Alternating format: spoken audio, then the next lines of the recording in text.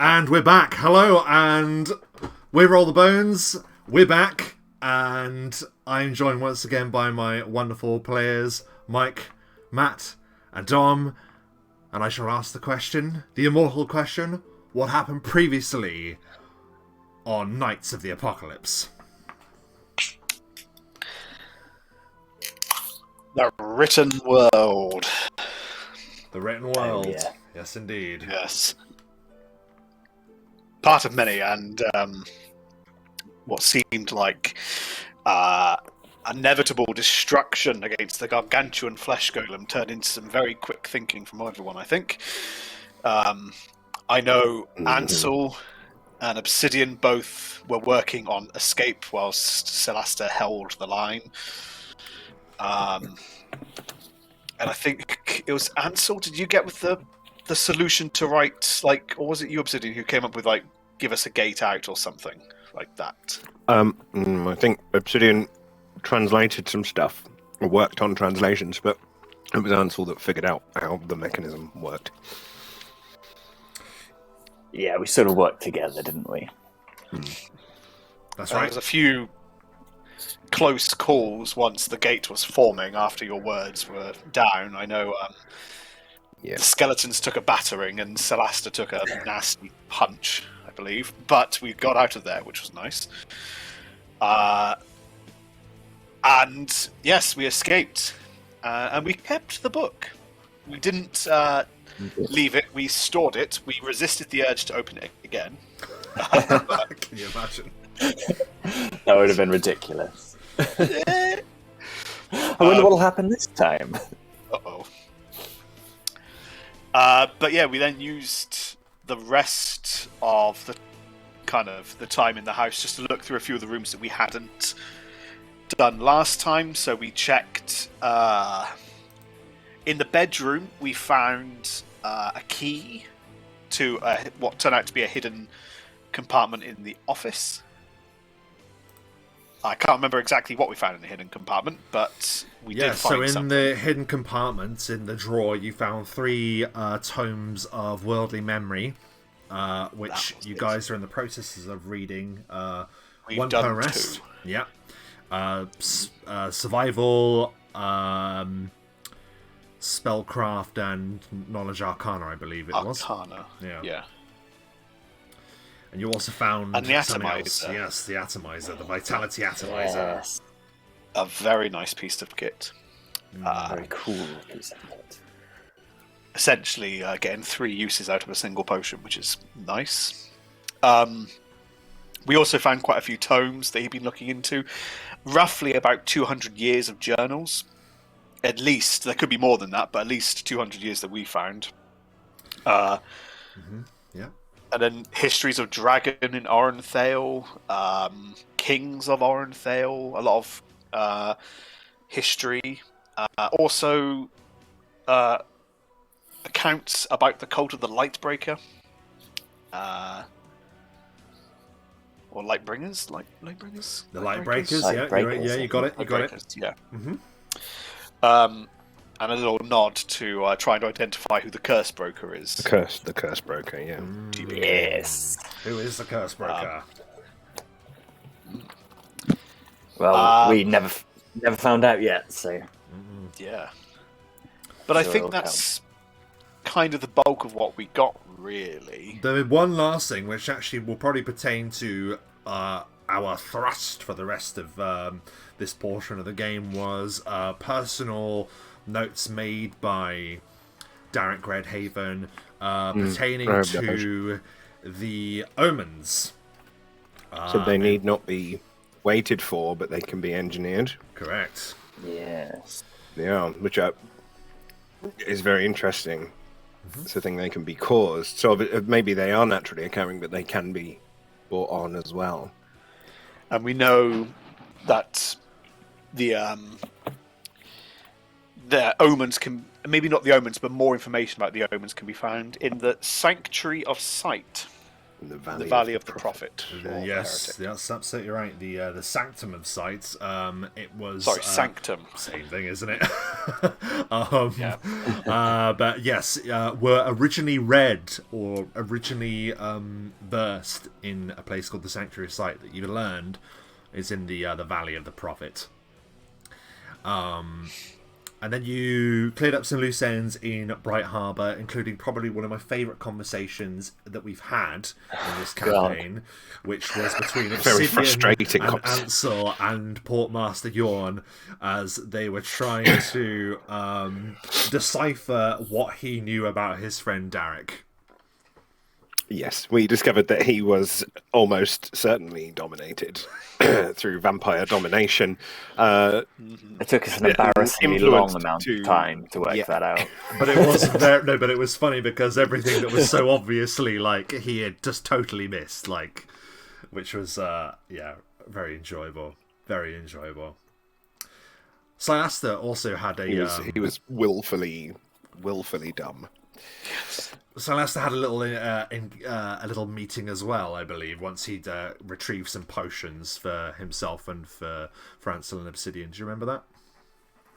Yes, he was approached by a mysterious figure who masked but some signs of ears, similar to some signs of ears. Some signs of ears, similar. Some type of potential elf, half elf, not too sure. They were masked. Anyway, they've basically thrown him a contract for, correct me if I'm wrong here, Foldry Geck. Correct. In Valdenor, who owns a shop called, now, I can't read my handwriting. Apparently it's a doctor's handwriting. The Trifling Trinkets. No, Michael, you call it doctor's handwriting. We call it shit. Yes, it is shit. We call it children, really thick children. You never learned to write properly. Thick children's handwriting. I was given a special keypad. Okay. Yes, that's what we call. That's what we call it when you don't get diagnosed as being dyspraxic.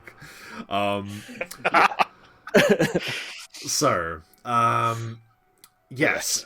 It wasn't that. It was actually Thrifty Tricks. Thrifty Tricks. But the name that you said wouldn't be out of place in a fantasy setting that we use, but not this time. It's called the Thrifty Tricks, which is a lending broker. Yes, he'd actually. Your target had been obviously meddling things that has gotten him into trouble, and that's why there's a target on his head. So there we are. Anything else you can remember of the session? His corpse is to be displayed in his shop. Correct. Yes. Yes, rather macabrely. Yes. Yep. Well, we set off. I think that's everything. Journey, yeah. And then we encountered. Well, we were sort of. It was an attempted highway robbing. Yes. Sort of stand and deliver by some desperate people. And it turned out like it was a mistake on their part. Although, actually, to be fair, it didn't go that well for Sinister because it was, and I cannot remember his name. It was an old friend. Sinister, do you remember his name?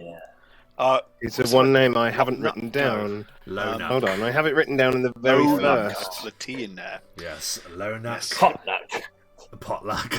Potluck's his cousin. Once removed. From Silas's initial fist fight yes. at the festival where we very first started in session 1. And It went about you would as think well again. this would be a situation where you've leveled up. This is a chance for you to now spank him. Show him who's boss. Show us how far you've come. No. Same stats as well. I didn't improve him in any way. Like it was just...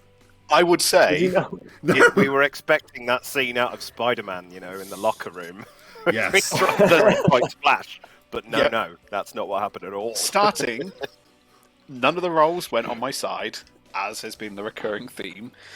And I was going to keep it a number fight, and then he blinded me. And I was like, nope, none of that shit. And for inspiration, I don't know whether you remember it, but in the film Spectre, the James Bond film Spectre, Dave Bautista's henchman character had these thumb plates on his these metal plates that he would Yes. use to jug. So that was the inspiration for what he had there. He just didn't get a chance to use them in the last fight.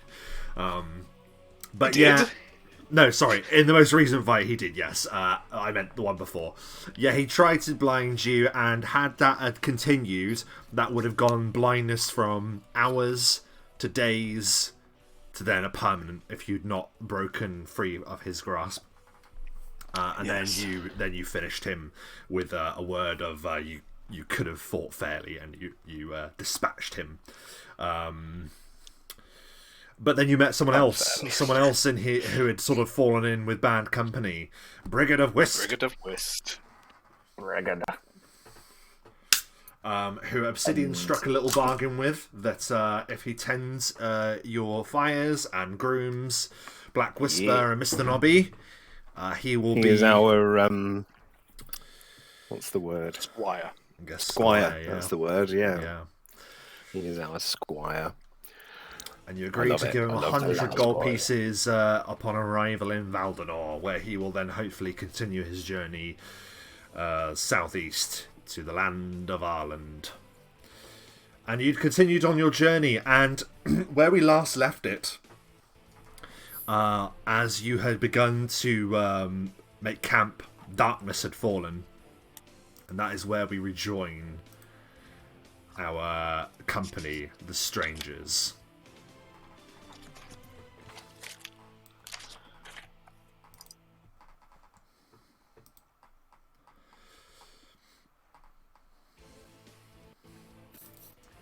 It's just a remix. It's the remix is cut in again.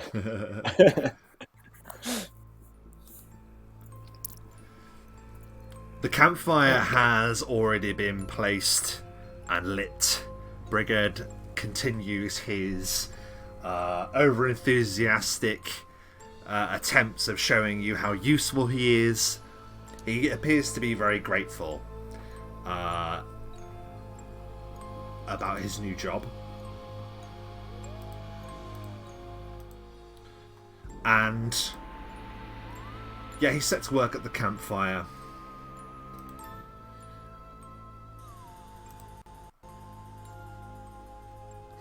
But high in the sky, Ansel, it is clear to you what day it is. Yes. It is the last day of the month of Wind Echo.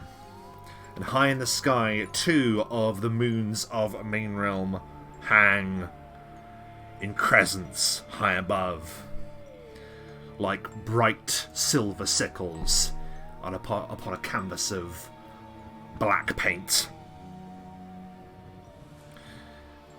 As we rest for the evening, Ansel, is there anything you'd like to do?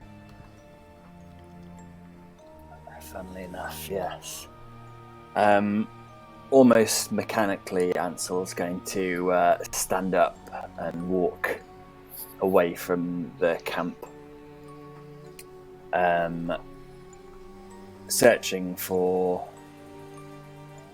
a river or a stream or a lake or a pond, some nearby body of water.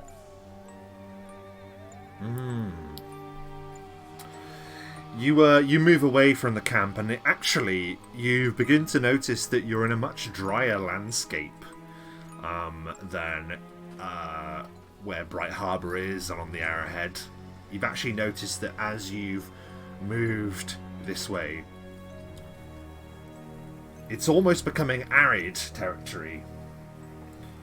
But you actually find, after some searching, a large rock basin almost that's been worn away from years and years and years of erosion, and you see like a still black pool of water, probably no larger than a dinner plate. It reflects the night sky above. I'll go and stand over it, looking straight up at the moons hanging in the sky above, and with one hand gently trace a shape in the water,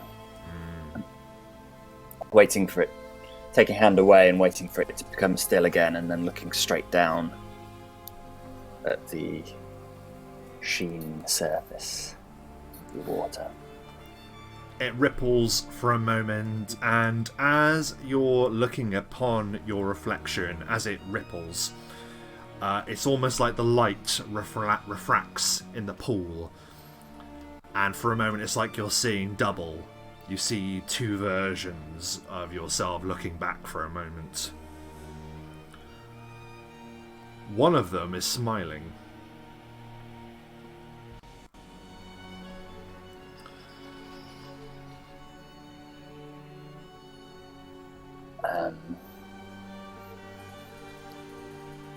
Ansel will look around,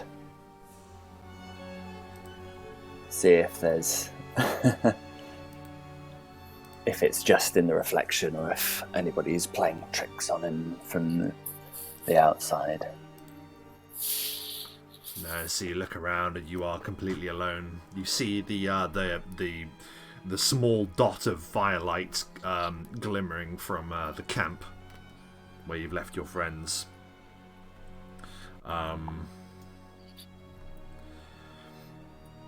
But then as you look back at the pool, as you look back, no, go ahead. Sorry, I didn't mean to interrupt you. Go ahead. Sorry. No. I think there's a slight delay on my thing, so I don't think it's you interrupting. I think it was, but never mind. Yeah, he's just going to say, hello there.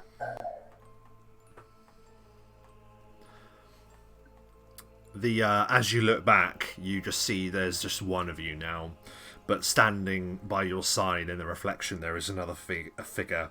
A little girl stands there, and she gives you a affectionate smile. It lingers there for slightly too long, and she speaks clearly, like crystal. Under the light of the sickle moons, when law and chaos hang in balance with neutrality,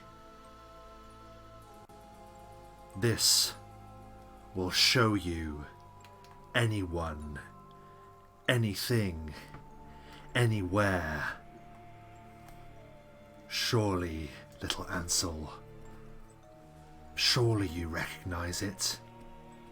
And she reaches out towards you, and like before, when you had been gifted that strange garment of gleaming moonlight, a child's hand emerges from the pool, but this time it clutches something different, something sharp. In this child's hand, you see that there is a shard of glimmering glass, the shard of a mirror.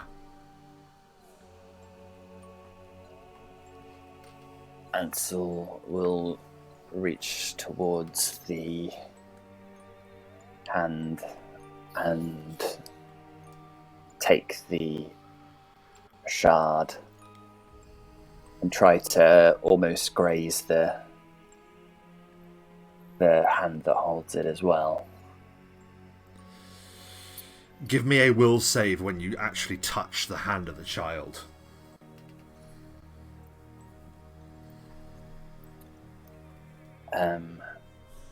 Is this a spell or a spell-like ability?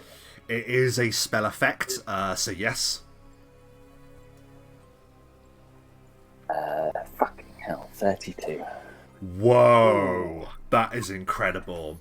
You feel like it's almost like it's a forbidden power,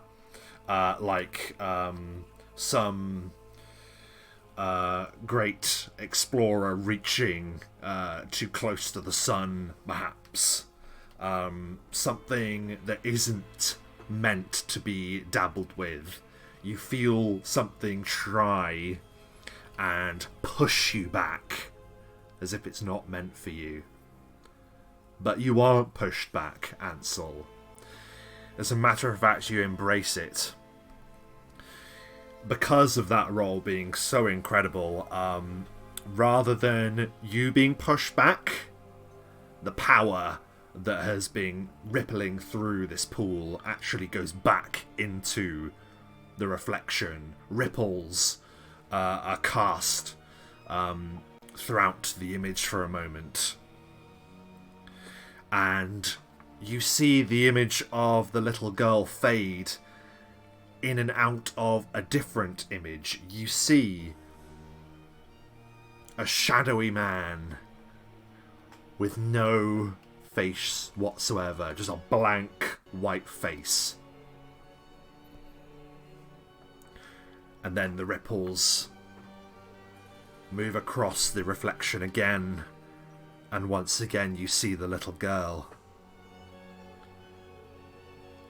But now that you're looking at her, you see tears rolling down her eyes as she looks at you.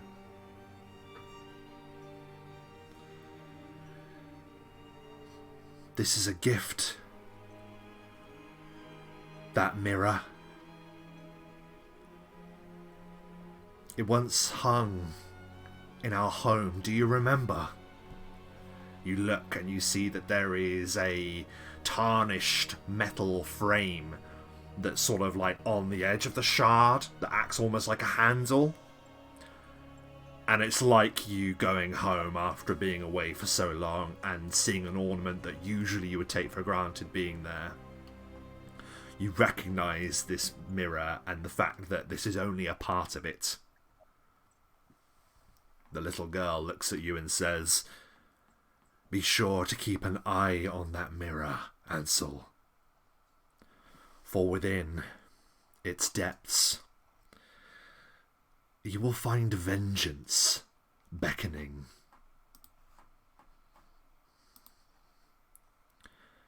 There are many who would cry out for your service. You are but one part of a whole.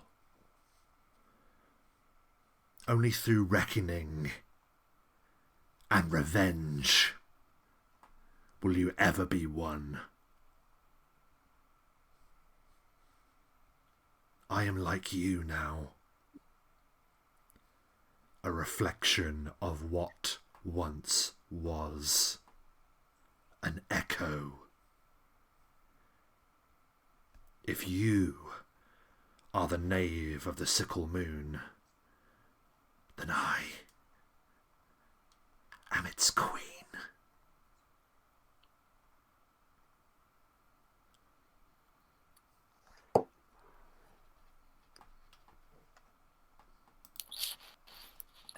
I thought we were done with all that.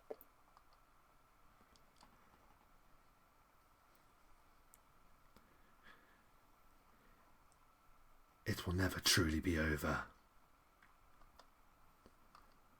Not until you and I are whole. Her eyes dart to the fragment of mirror that hangs in your hand.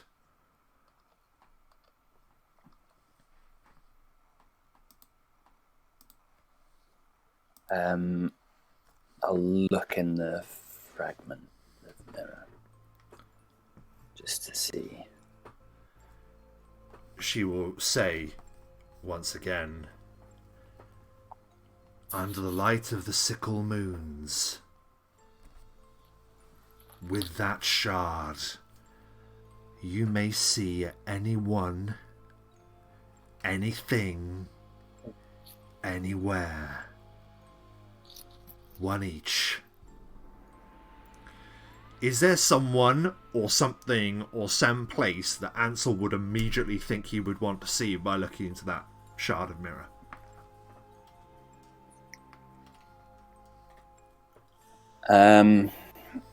I think with the reminders that he's been given and the physical object in his hand, he would immediately want to, his mind would immediately go to the house that it came from. Almost unwillingly, it's just automatic. You see the house. It is smaller than you remember, like so many places are that you've not seen for a long time. It looks dilapidated, hollow. The wooden structure like bones beneath rotting flesh. It is a macabre sight alone upon the borders of a forest of trees that are dappled with many different colours. And those many different colours give it a serene look as you look at this old house and you see surrounding it there are dozens of people, all silhouetted in the darkness, each of them holding torches, blazing into the night. And as you look at that, the image upon the mirror then fades. Anything? The little girl asks. Is there an object? You don't have to, but if there was an object that would leap to Ansel's mind, what would he want to see? An object. Perhaps the iron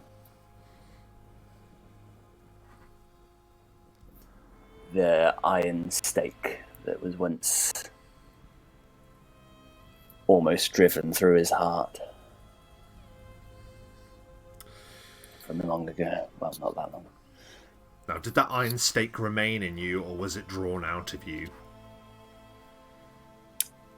I believe it was drawn out. You see that iron stake. It swings upon the chain that's attached to a belt.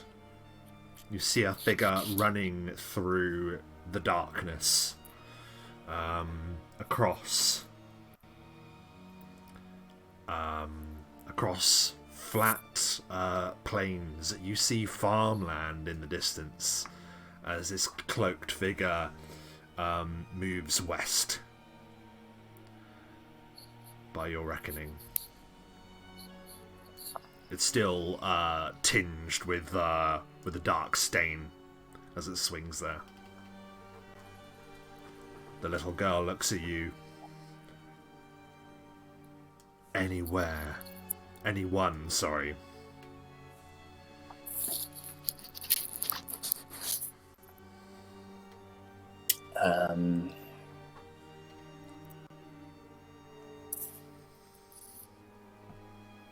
I suppose with vengeance on his mind, he wouldn't be able to stop himself thinking of Derek Redhaven. She suddenly looks very sad, looking up at you at this pool as you look into the mirror to find Derek Redhaven. You don't see him.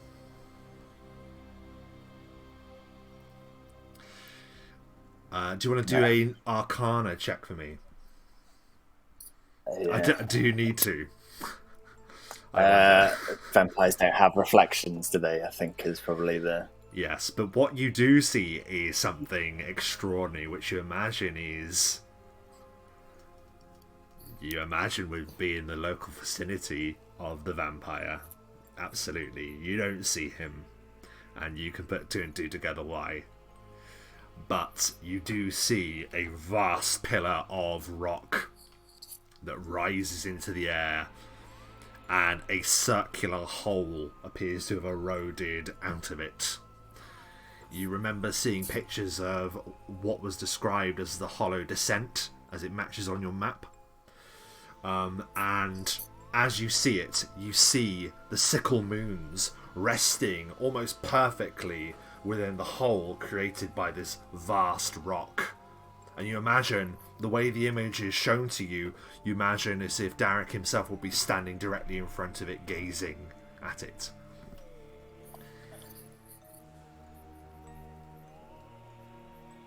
Do well to heed that mirror, The little girl says, "There will be many that cry out for your help, for your service.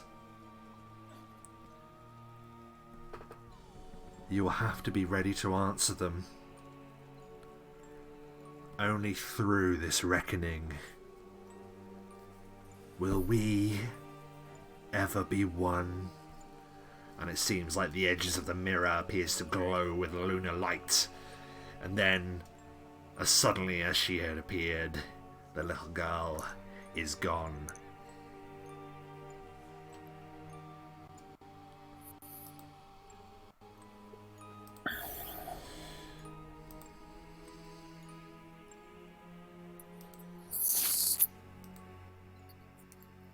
Ansel will linger a little by the rock and sit with Cry for a few minutes, whispering in his ear. Sure. Before returning to the camp for the rest of the evening. Silaster, Obsidian, the amount of time that would have taken Ansel, you probably would have noticed that he wasn't there.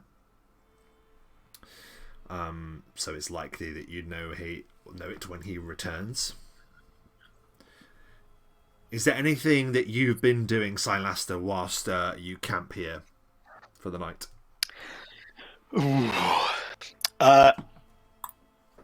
Silaster would be making use of the time to probably read one of those tomes, but for the most part, although he's reading a tome, his mind is planning. He's trying to think ahead to what might be in Valda North and what he was told. But again, how he used that time, it's still early. He wouldn't be in his meditations just yet, so he'll be reading up on that tome. Arcana, I think, is the one. But aside from that, he's in his own head, just thinking, plotting. And again, he would have noticed that Ansel would have left, but he's done it before. It doesn't bother him. He's just, Ansel's off. Ansel will return. Just as certain as Obsidian will be playing with bones at some point later, or touching himself. Oh yes. I'm sorry. I'm sorry. It's the same thing, isn't it? Didn't you say last time that you were... Yeah, I'm pretty sure that was a thing. I don't think Obsidian's ever been caught touching himself. Yes, Where does that come from? Healing. Yeah, you said something Healing. like... You made a joke saying that you would you would touch right. yourself. Yeah. Oh, yeah. He would be vigorously healing himself. Yes. Yes. Vigorously healing himself. Caught me. I don't know what you were thinking of there, Matt. Speaking Anyway, of so that's what then, Silaster yeah, well, speaking of then, we move to Obsidian. Obsidian, what have you been doing this evening? You watch as Brigade of Whist is sort of moving back and forth between where you are and the Necro Wagon. What have you been up to? Yeah.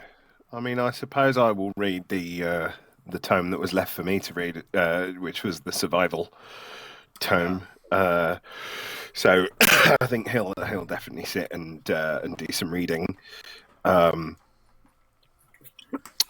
Yeah, that's kind of it, really. I think he might be sort of writing a bit of a journal. Okay. In a sort of storybook fashion of what they've been doing, trying to weave a bit of a tale. He's not much of a bard, but he's trying to sort of note down our experiences and stuff so far, but start a bit of a story of us as a group. So yeah, some journaling, but the survival book, we will definitely read that. Obsidian, as you are sort of poring over your notes and making changes and getting the order of events down correctly, I'd like you to make a spot check, please.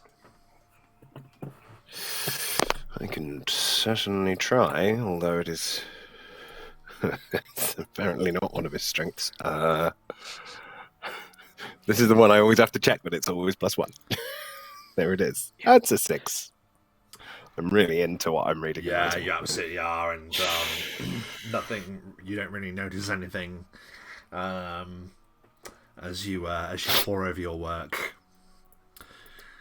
So I've already checked today, and nothing will bother you this night, unless there's anything you wish to discuss. For tomorrow, you'll well and truly be within the lands of the Valley of the Prophet. Anything you wish to discuss about that before you continue?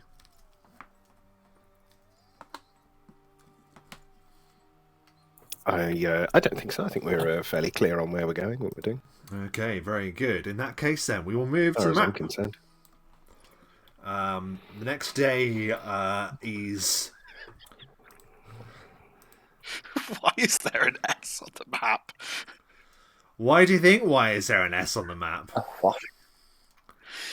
Well, I long thought, wouldn't it be a good idea for us to actually have a marker to show where you are on the map? Of course. It just so happens Oh, that amazing. Oh my god, I have control! I can just put you all have control of it. Yeah, I thought it'd be a good idea for you to have it. And I also thought it'd be a good idea to be in the fashion of the S that you used to draw in exercise books in school. Yeah, That's what it was. So that's where you are. Now, you have been piecing together bits that you'd got from Derek's journal. What was left of the journals that he hadn't taken away that with more relevant information. And yeah, you'd learned of this place called the Sanctum of Sight. And you have like a rough idea of where it is on the map. And you're absolutely right that it's positioned there where that sort of circle is. So you've got probably another day of journeying. The terrain, you note, as you move that day, becomes quite rocky. And the Necrowagon, you almost find yourself forced to be driving the Necrowagon into the base of the base ground between rising hills on either side of you. So you're sort of being funneled into the valley now. Just for pure fact that you're using a cart at this time. But as you trundle along, you note that you'll be able to make it to where you'll have to start climbing. You see a vast, dry, rocky mountain basically rising in front of you. Sort of at the very end of where this valley is. Very dangerous looking terrain.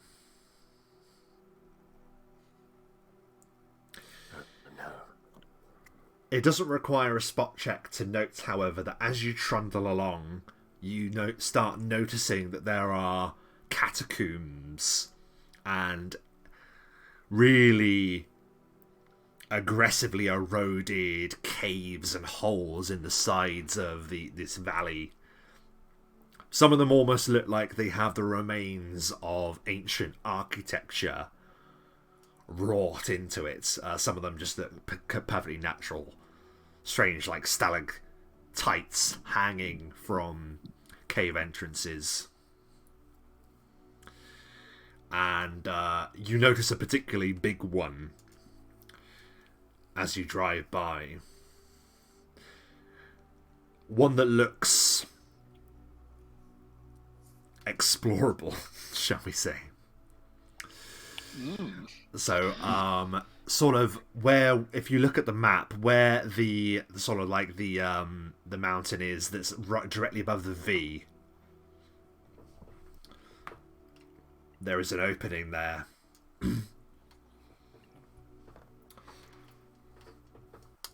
so you can decide if you just like to continue on your route, or you can. I'm always up for investigate. side quests. Well, that's I'm it. always up for It's investigating. entirely up to you. I mean, You can we make know a- nothing of the area more than what we've read. Yeah, Some extra information. yeah. I mean, you can certainly make a note of it and come back, or if you'd like to go in now, that's entirely up to you. Brigid, No, I think let's explore. Let's do it. okay. Brigid will say, "Well, friends, I think this is the time I'm going to start earning some of my coin. Lighting fires and grooming your horses is one thing, but this, Master Obsidian, is exactly what you wanted me to do. I will lead the horses to that shelter over there," and he points to sort of like beneath like an outcrop. Yes. Good man. The three of you are able to dismount the necro wagon, and you will be presented with what you see on the map.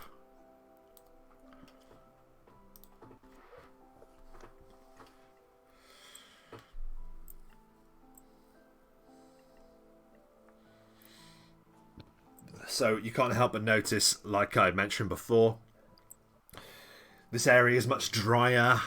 I wouldn't say it's desert-like, but it's very much like a waste. Sandstone. And yeah, you see this one cave that just appears to be a bit bigger and a bit more... I say inviting is probably the wrong word, but well-trodden. I'd like you to do either a spot or a survival check, please, gentlemen. Well, my survival. We'll use our new survival checks.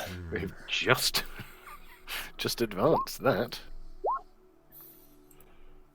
22. Very good. 15. 15 from Obsidian. 17 from Ansel. That's every single one of you passes DC 15. Lithe-looking footsteps, medium size, appear to have left marks going in and out of this place. You count probably half a dozen footsteps. Silasta, because of the fact that your roll is way higher, you know that these are accrued over a good number of days, but there are recent signs of recent passage here. You know also, just all of you see that there's sort of like broken wood, like what looks like bits of old scaffold lashed together, but then having collapsed. Obviously, there are signs of something having been made here once, but has long been claimed by the elements. With that, I leave it to you, gentlemen. What do you do?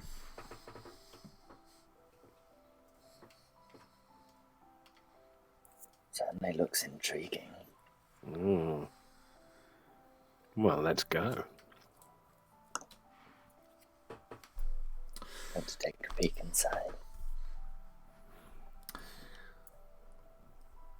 So the mouth of the cave yawns in front of you, and as you sort of peek round, Obsidian, I see you've gone first. You look round the corner and you see that there's a sharp wind to the cave. The sort of dust and grit becomes paler as you peer inside. Rocks, rubble, debris scattered across the floor.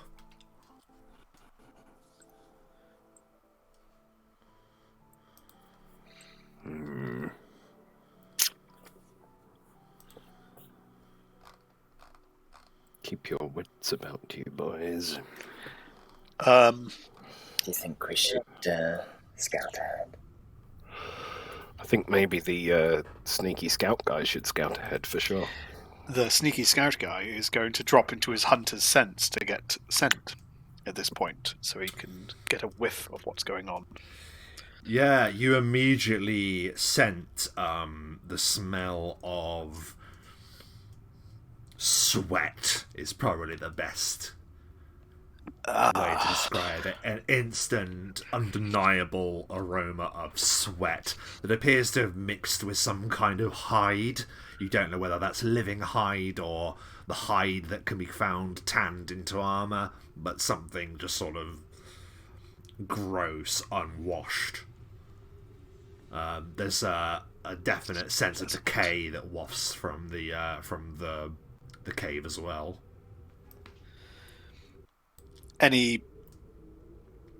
Well, actually, I'll keep in the sense, and then I should hopefully get a whiff when we get stronger when we're getting closer to people. But yeah, it's pungent. Yeah, Celasta he's dropped into it and his nose is twitching, but you can see him grimacing. It's just like, oh.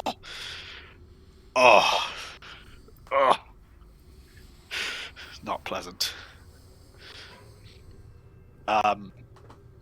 From this point on, Celasta is going to now move silently and hide where appropriate. So if I give you a move silently roll, and then when I get to a corner, I'll do hide.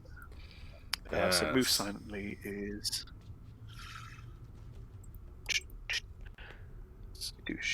Ooh, 18. Put off by the smell. Yeah, so you begin to make your way around the corner. Cry is going to come with you as well. He's got a decent move silent. Not quite as good as yours, but exactly the same as mine. Exactly the same in this situation. We're both smelling something. At this point, I'm going to do a hide check, and I'll redo these as appropriate. They're both 15. That's convenient. 22 for hide, as I'm going to peek around the corner. Yeah, you are able to peek around the corner. You have made your approach in a very stealthy fashion. You look around the corner, and the first thing that comes to your attention immediately is that of a tent is probably the best way to describe it, a shelter of some kind, lashed together with twine, rope, animal bone, and most definitively hide. I'm going to pop back into cover. I'm going to spend a round to readjust my maneuvers, because I don't have the one I want currently on. Okay. So let's take off. While Silasta does that, would everyone like to give me a listen check, please? Put on that one.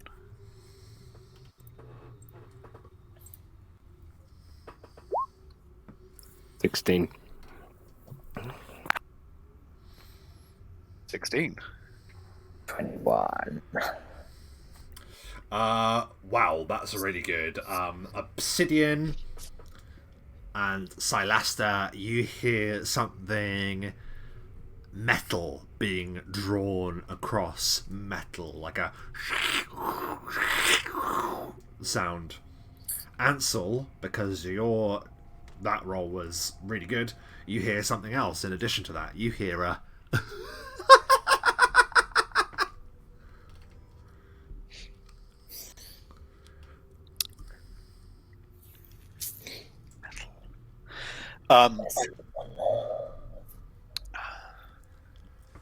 from where I am,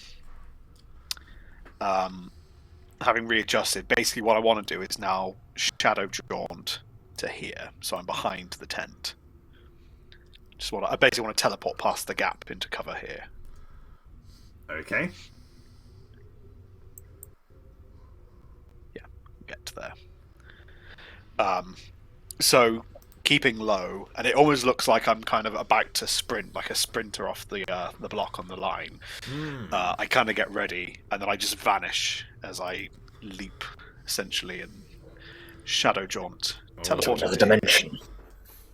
Very good. And I'll do another hide, although initial checks I don't see anything. Yeah, I'll need another hide from you, please, as you change position. 16. I've not done that for a while. Dear. As you arrive, it's almost like the instant nature of you moving from one place to the other. You are suddenly more exposed than you would be. It's only it's a skill check, so that's not like, obviously that's not a critical failure. That's just a 16, so it's not like it's terrible. But as you arrive there, Silaster, there is unmistakable movement coming from within this shelter, this tent. A large, medium bordering on large shape emerges from the folds of this thing.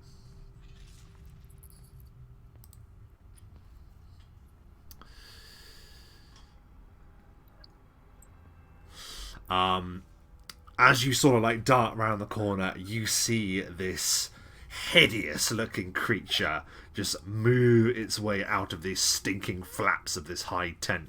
A tinge of like stale blood beats your nostrils, Silaster, as your scent power is still active.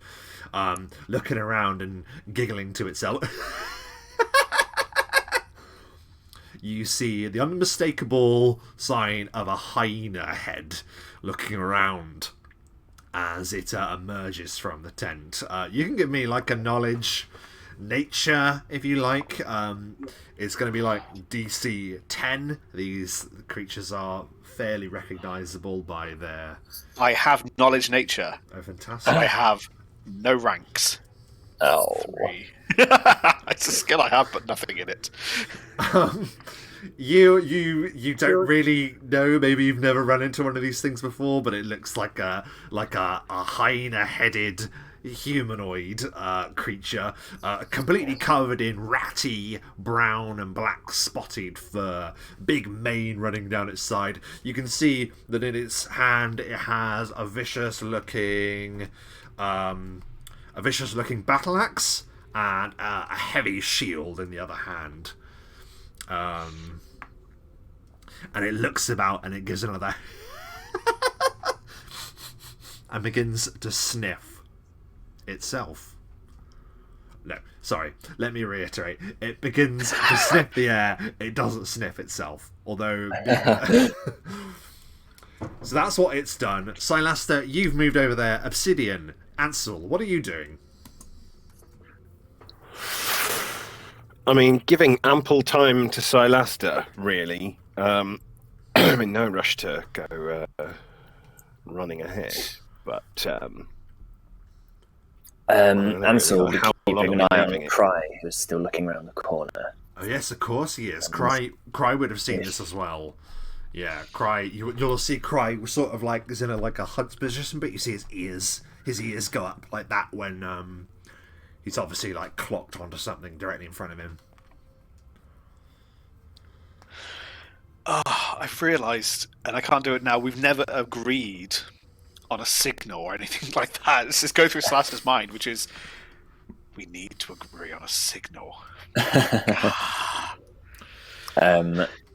Ansel will mutter to Obsidian, "Be ready." I will. As he spotted that Cry has spotted. Before we go running in, I will cast Spectral Hand and summon my. Has that Spectral got hand. audible? Is that verbal at all, Obsidian? Let me just check. From the corner, Isahuya. Whoa, what was that? Well, whilst Obsidian's checking that out, he's like, does this smell have verbal components? Silaster, you do note that the creature is also, is smelling the air, which, as you probably recall, can, after a little while, tell sort of the rough direction without having to see or hear a creature. So that is on the cards after Obsidian's told us this answer. Yes, it does have verbal and somatic.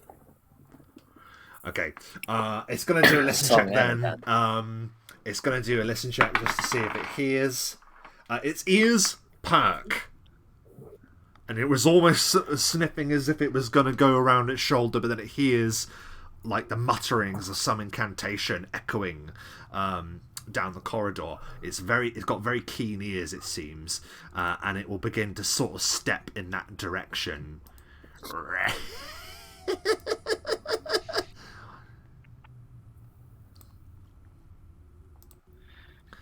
It passes your field of vision, Silaster, but from the check it made, it doesn't appear to have spotted you.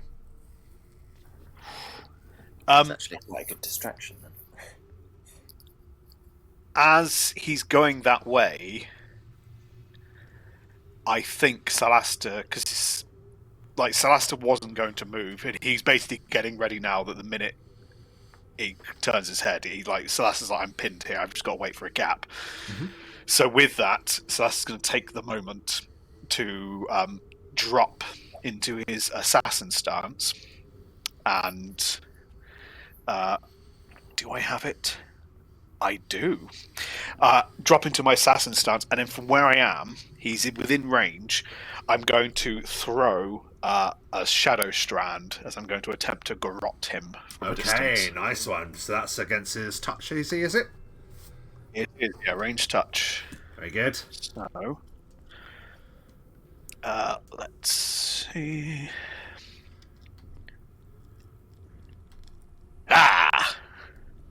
28. 28 is an easy hit on his touch.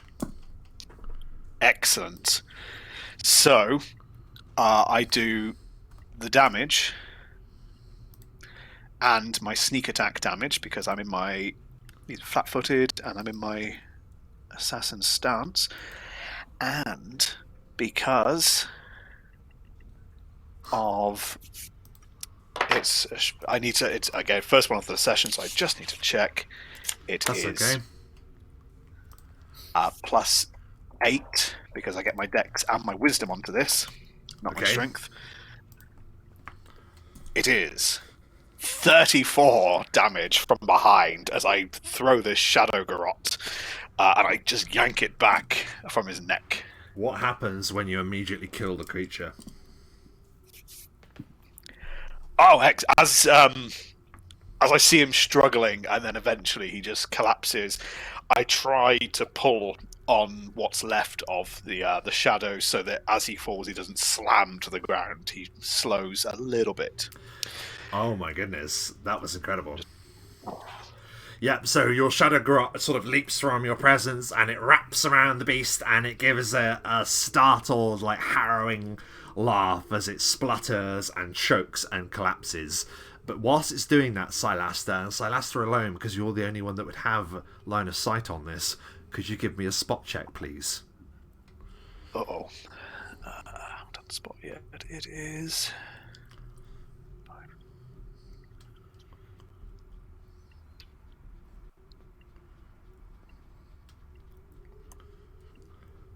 24. Oh my goodness.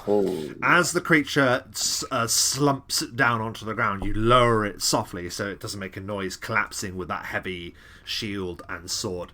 You see something shift behind those crates there, and you hear a and exploding from behind those crates. In waiting, now alerted with its friend's demise, there is another creature. It explodes out from a pile of crates and rotting hide, and it's there that I'm going to ask each of us to roll initiative. What whoa?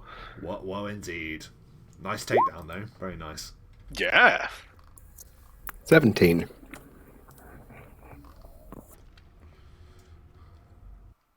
21. Come on. As always. Oh god. How Could we expect any less? Consistently get... Ansel got 21. I was busy, that's... Yeah. Yeah. Ansel, you hear the explosion of wood and debris as this creature has exploded from out of its hiding place.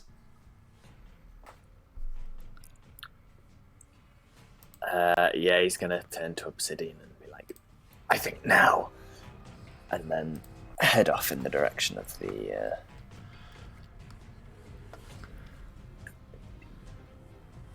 Yeah. You sweep round the corner and you hear Cry going, alerting you to the presence of this beast. Thanks, Cry. Always looking out for me. You can give me a nature check or any other check you might argue to see if you can identify this creature. Straight intelligence, if not, yeah. Or wisdom, whichever one it is. I think it's intelligence based on factor. I'll allow you to do wisdom or intelligence, to be honest. Both are fine. Same as me. It would be 4 with wisdom, but it's not going to be much either way. What is this thing? You have no idea. As both of you are absolutely common D&D. Yes, absolutely perplexed by one of the most common foes in D&D. Do you see this horrendous hyena-looking man that is got its eyes fixed on Silastra at this point as you move around the corner? What else do you do after you move, Ansel? I'm going to throw out a sickening blast at it. So on its touch. 12 on its touch. 12 is a hit on its touch. Your sickening blast erupts towards it and slams into it. 11 points of damage, and then a fortitude DC 17 for the second. That is a natural 1, so that is an utter failure for that particular creature there. Fantastic. -2 to attack, save checks, and damage.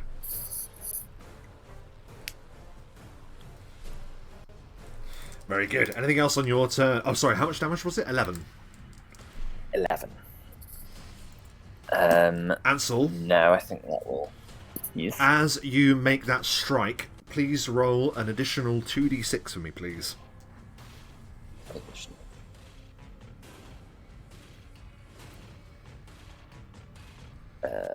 7. Your sickening blast erupts from your palm as usual, but it has this strange spectral glow about it, as it seems to have increased in power.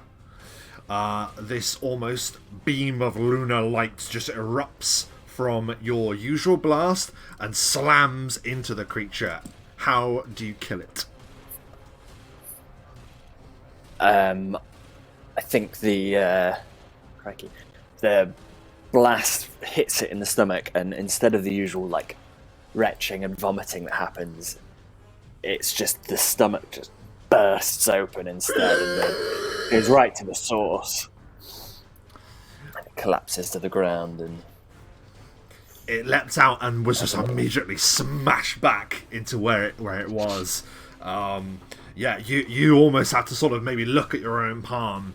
But it feels perfectly natural to you, and perhaps you understand why that might be. Perhaps you don't. We will have to find out. That is Ansel's turn. Obsidian.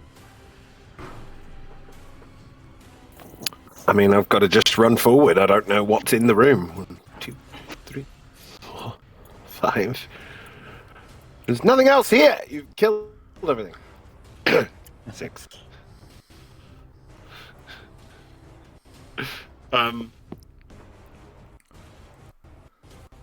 Oh wait, there's one over here, isn't there? Celeste hasn't even clocked him yet because he's not his initiative. Oh my god, I didn't even see him, and I came in and I was like, where are they? He's a bit camouflaged. Right, yeah, cool, okay. I mean, I don't need to go nuts, do I? My spectral hand, I'll just sort of direct the spectral hand over to him and slap him across the face with it. So that's going to be spectral hand to touch.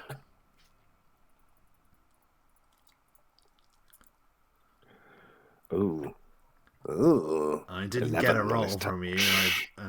Oh, there we go. 11 is a hit on his touch. 11. Is it? Oh, well, that's good. Jesus. So that is. So it'll just be the normal charnel touch with the negative energy, and we'll do 5 points of negative energy damage to him as the spectral hand just sort of flies forward, and it does slap him, but it goes straight through his face.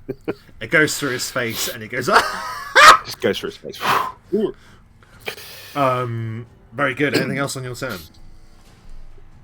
Nope. No, I'm good. Okay. That one is going to react. It was ready and waiting. Oh, hang on. Sorry, just one thing. Yes. Since everyone else has had a go, and this is the first time I've seen it, I'm going to do an intelligence roll to see. Oh, if yes. Sorry, that's my bad. Yes, please do. Because I want to be the misery. one that gets it right. Or get another 3. No! Yes! Oh. 3! We all got 3s. One of the most common D&D. This is like us not knowing what an orc is. Yeah, it's really weird. I wish I hadn't said, actually. I should have probably just said you know what they are, but never mind. It's there now. You don't know what they are. Doesn't matter. You've never seen them before in your life. It's too dark. They're like, oh my god. Yeah, good idea, Ansel. Yes, it's very dark. Bit dark. Whatever this beast is, it hulks over Silastos. Yes, another one has emerged from behind the crates. Clearly been lying there in wait for travellers or passers-by. Emerges and goes to just strike down at you, Silastos. What is your armor class? I'm flat-footed, aren't I? No, you've acted in this fight. You've struck at him. Oh, okay. In that case, 21. It brings a vicious-looking cleaver, still stained with the blood of its last victim. It swings the cleaver down, but how do you deflect it or avoid it? Oh, I imagine Celasta was kind of just why he's so late in initiative is because he got so wrapped up and kind of absorbed in lowering the body of the other one and just didn't let go of the other garrote. But I think what he does is he actually uses the shadow garrote to wrap it around the cleaver to move it aside and kind of tearing it off to move it back. Amazing. As you are defending yourself there, boom, your vision turns as you look around the corner.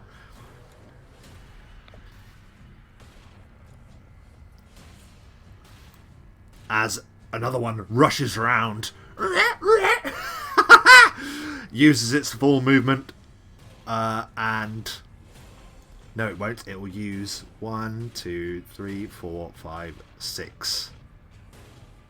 It'll go there, and it can peek around that corner. It's going to loose a shot with a short bow at you, Obsidian. What is your armor class? As the arrow flies. My armor class is 15. What is it like as you either avoid or the arrow misses you?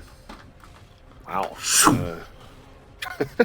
It's literally just sort of sees this guy rush in and it's an impulse reaction. And he just sort of leans back and it soars past him. Yeah, you hear the arrow very clatter last behind you. second. Oh, shit. Very good. Very nice. Cool. That was its turn. We're now over to Silasta. Hey. Let's go for a new one. Celasta turns, letting go of all the shadow garrote energy. Is he on the crates? He's sort of like, yeah, I'm going to say he is on the crate, but he's still within reach of you, so... Okay. Alright, thematically then. So, Celasta, as you've seen before, he only did this briefly in the previous fight, but it didn't work. He creates a blade of shadow on this hand, and then he does exactly the same on his other, creating 2 shadow blades on his hands. I love it. And then goes for a cleaving blow.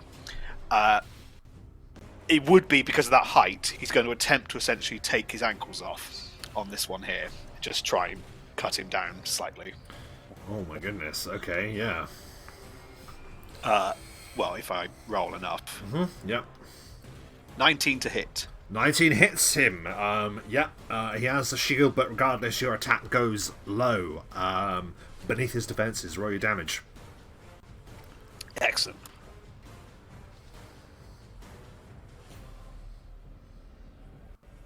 Yeah, actually, that's a pretty hefty amount of damage. I Not don't know. done this one properly, so I this guess needs mine's to- being slow because it hasn't come up on mine just yet. I haven't rolled it yet. I was just checking my I was notes. going to say, right? So rolling there. Oh my god.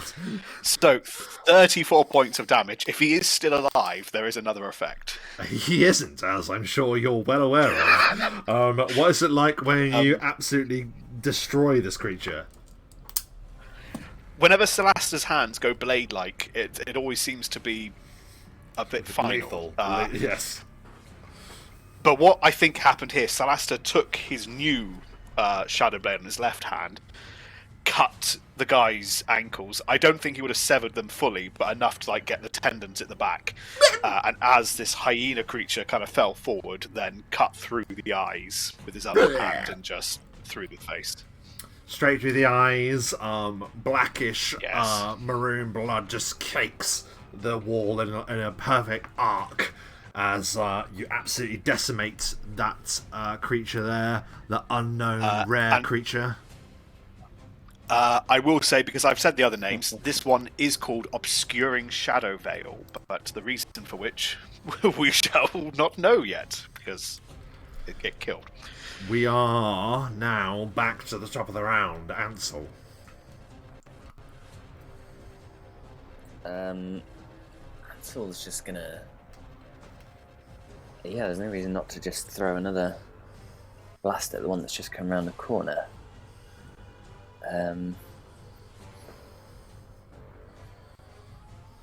So yeah, natural 20 there. Do you have a multiplier on that? I do, I have a ×2 on that. And you are also rolling an additional 2d6. Of course, so 19 on his touch to confirm the critical. That is a confirmed critical hit. So... this guy is oh my god. about to fucking explode. So with the extra 2... That'll multiply as well. Doubles. Yeah, so, yeah. Yeah, 39 points of damage. What is it like as... yeah, explain. What is it like as this creature is sent to another dimension? I think that in this case, as Ansel throws out his hand towards the unknown creature,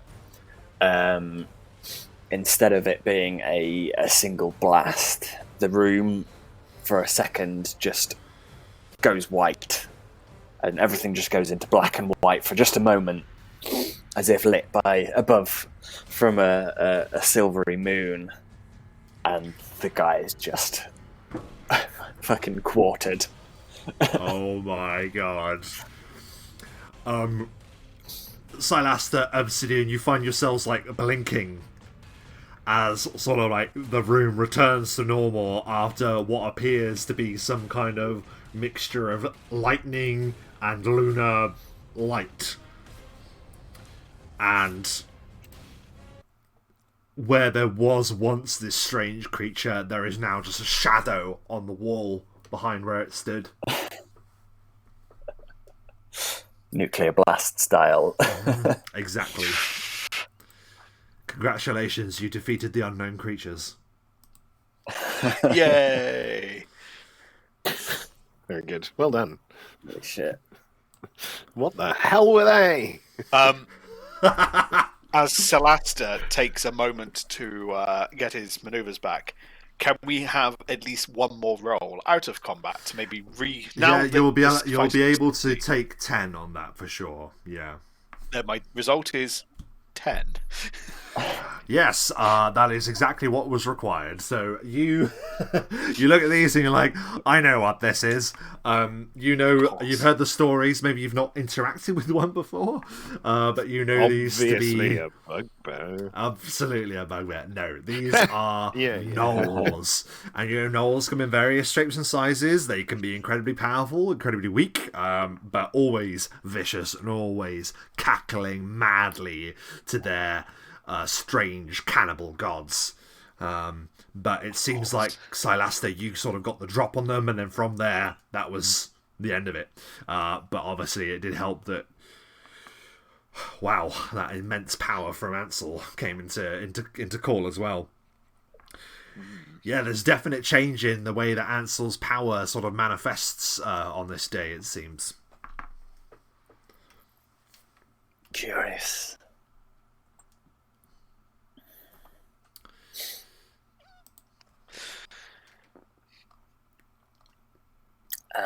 Very odd. The hell did that come from, dude? I don't know. Some crazy displays of power there. Very impressed. Quite unusual.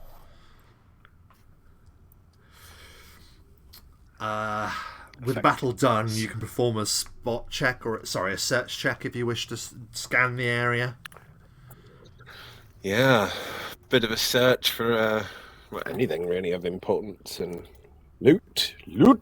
Strong 7. Oh, 20. An immense 10. Among them, you find some gold, but Silaster, with that check as well, you'll note that on the corner of both where the barrel is on the left-hand side of where the tent is, and the crate that juts out the most, that's 80 gold pieces, by the way. On both of those, you notice that there were noise traps concealed there, so if you were to move into that vicinity, it would have set off a clanging sort of noise from debris and pots and pans and stuff around there. But because of the nature of your teleport, you zip behind all of those, so you didn't set any of them off. So that was there as well. And yeah, 80 gold pieces upon the gnolls. Also a battle axe and a cleaver and a short bow. Okay, so 26 gold each. Mm-hmm. Excellent. Is that one spare for The angel's share. Yeah. So a battle axe, a cleaver, and a short bow.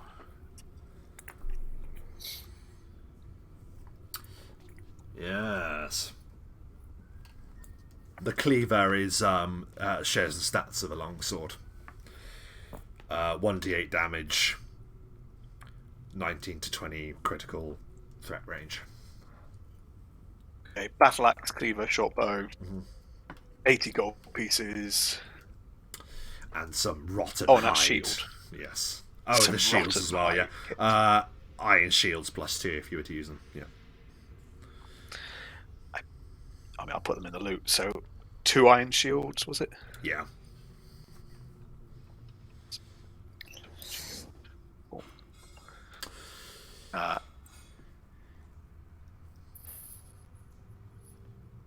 Now you're inside, you can kind of tell that this cave has been sort of like half eroded, half hewn by ancient tools of old. A corridor moves deeper into the darkness that appears to be lit by a strange bioluminescence of moss in the walls. shiny moth? Shiny moss.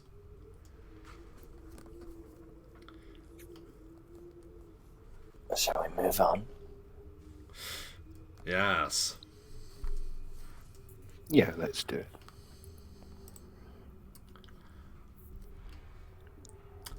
So as you sort of peer around, you note that there is a sharp corner, immediately followed by another sharp corner that winds around this twisted place.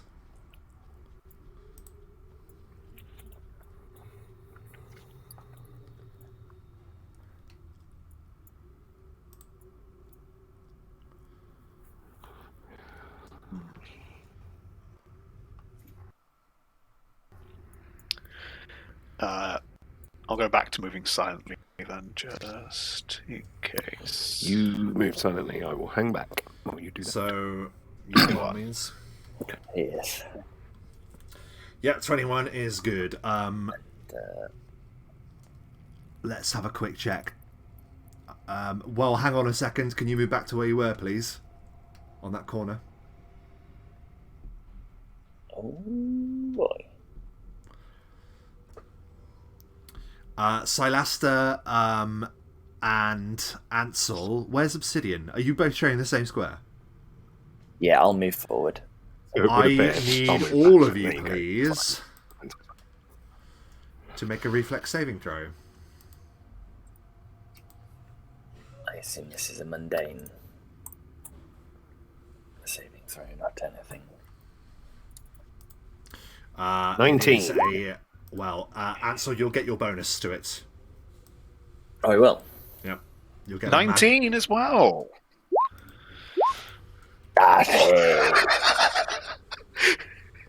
Wow. Whoa. Okay. Second 19 I've rolled on a saving throw today. Another knoll you have now identified as steps around the corner, and this knoll appears to be painted in war colours. Its fur is black, and reds and blues pattern its face. And as you come round the corner, having already been alerted to the sounds of battle, was just there waiting for you. So it didn't really matter how silently you were being. He was just standing there, looking around the corner and waiting. Knocks an arrow that appears to be crackling with light. Shoom! The arrow flies at the distance of the corridor, and each of you only take half damage as a fireball erupts at the point of detonation. The explosion ripples about you as you take... Well, you all only took half, so I might as well just roll half the dice. Let's just do it like that, shall we? Still... 12 points of fire damage each. Roll initiative. One day I get evasion. One day. Surprisingly quite late, but... Oh, that's more like it. Hey. That's more appropriate. 10. 16. What did you get, Silaster? Was that your initiative roll? 25. Yeah. Yes, I could see why you would think it wouldn't be, given he rarely rolls. Yes, yeah, basically, yeah. That's like the first time ever that Silaster's actually done all right on the initiative. Yeah. What?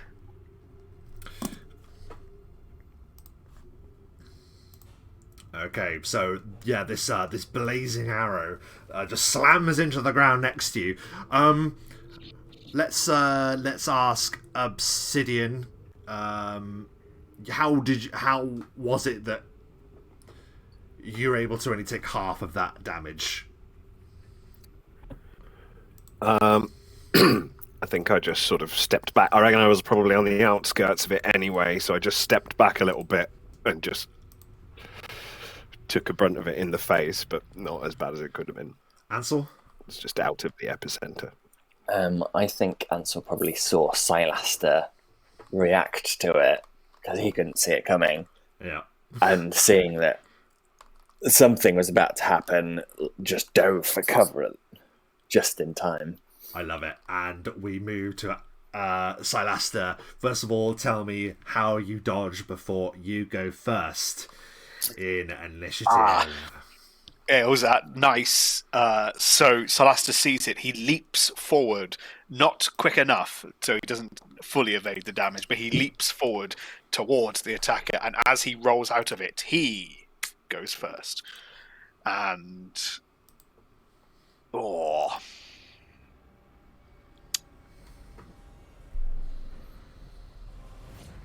Well, I did refresh. I didn't refresh my ranged maneuver. Of all the maneuvers, I didn't refresh. Oh well. Let's go with it thematically. Silaster will drop into his Child of Shadows stance and charge attack. Okay. He will just sprint and just charge. Please make He a won't do reflex his saving throw. As you rush down the corridor, the ground collapses beneath you. No. Oh, I wish we had. Oh no! 24. Wow, my god! Like, tell me First what one was is... 24. Oh, you rolled twice, I see. 24 I is... hit by accident, yeah. 24 is still a success, so how do you prevent yourself from falling into the pit? If I get to... I don't know if I... You can do I reach the get other to side. maintain the charge? Yeah. You aren't Okay. affected. You just avoid it and keep going. Ah, excellent. As Salaster's charging, he feels the ground weaken, and then he uses what momentum he has to throw himself and kick off the wall, and use that kick jump off the wall to maintain the momentum, and then he's kind of falling into a sort of like a sprint that's sort of like jumping by a stride from foot to foot, and he kind of, if you remember the brutes from Halo 3 with the hammer, it was never a sprint, it was that Yeah. and that's kind of what Celeste, as he lands, he uses that momentum, and as he gets next to him, delivers a swinging haymaker. Amazing. I love the or does Matrix he? War run as you... Oh yeah. That's a shame I used my 20 in the previous, but 30 to hit. 30 is a hit. You smash into the knoll. It gives a cry.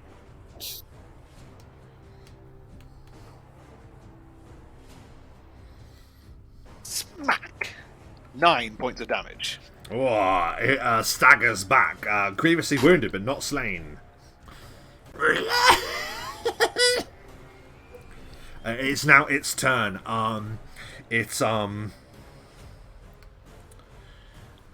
It'll take a 5-foot step, so that won't provoke an attack of opportunity. But it does move him out of your reach.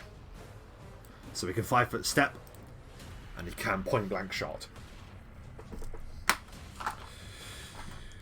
Which he will do. AC, please. On the charge, it's 19. That is a hit. The arrow slams into you, and as it does, another magical power activates. First of all, you take 5 points of piercing damage. Please perform a will save. Ooh.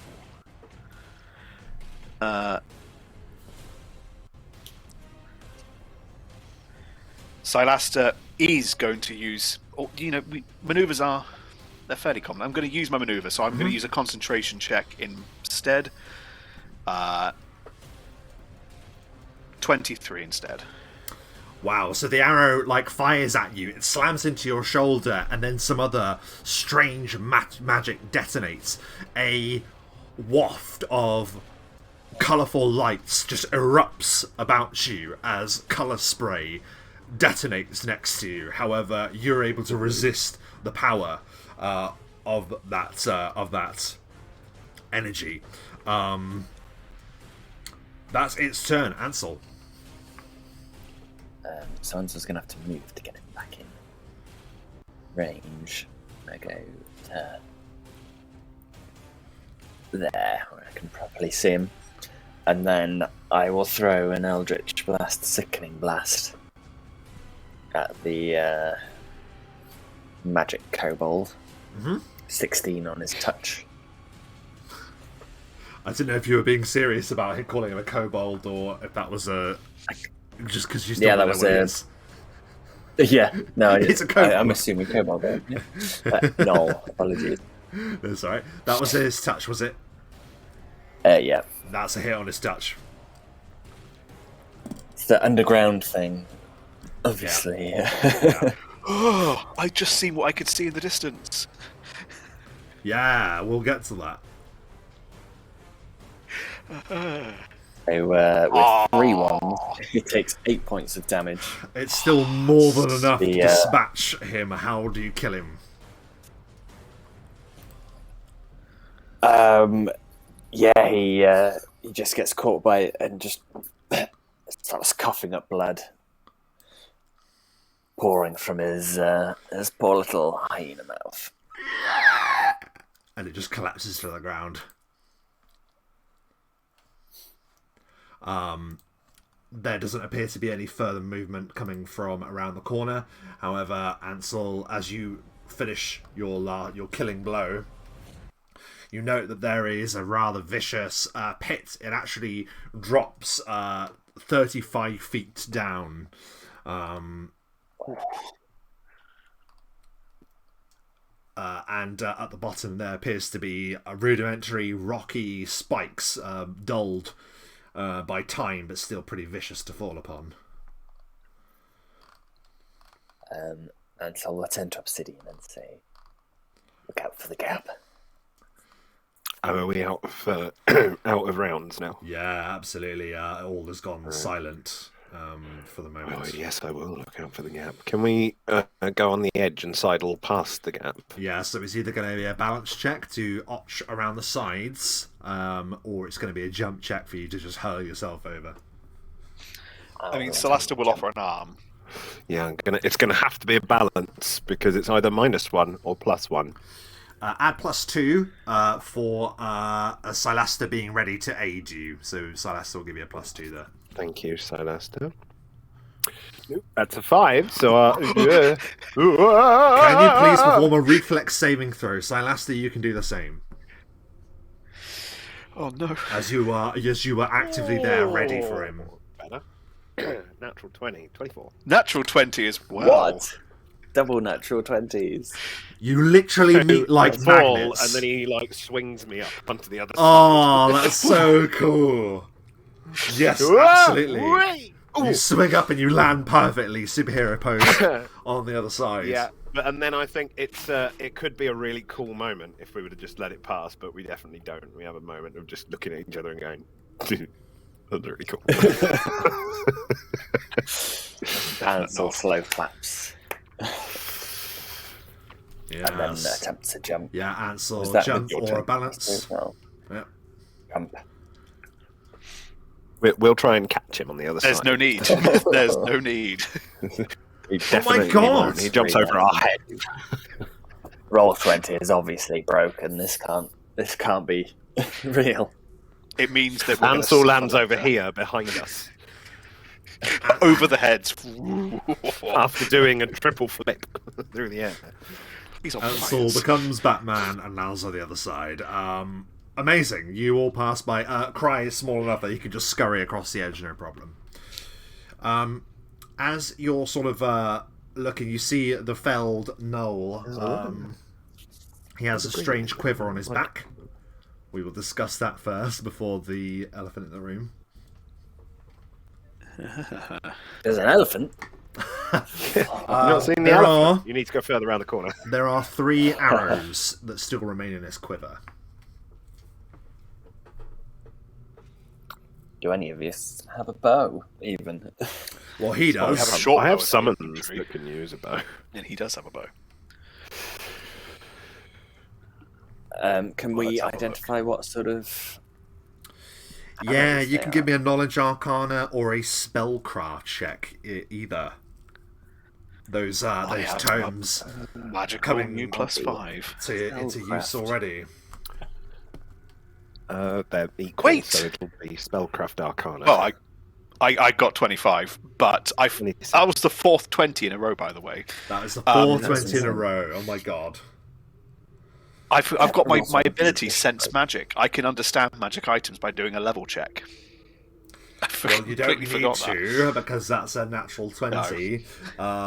So you're able to perceive that these are magical arrows. Obsidian, you're able to confer with Silasta. One of them is a grease arrow, which effectively is like cool. casting grease in an area. One of them is an additional colour spray arrow.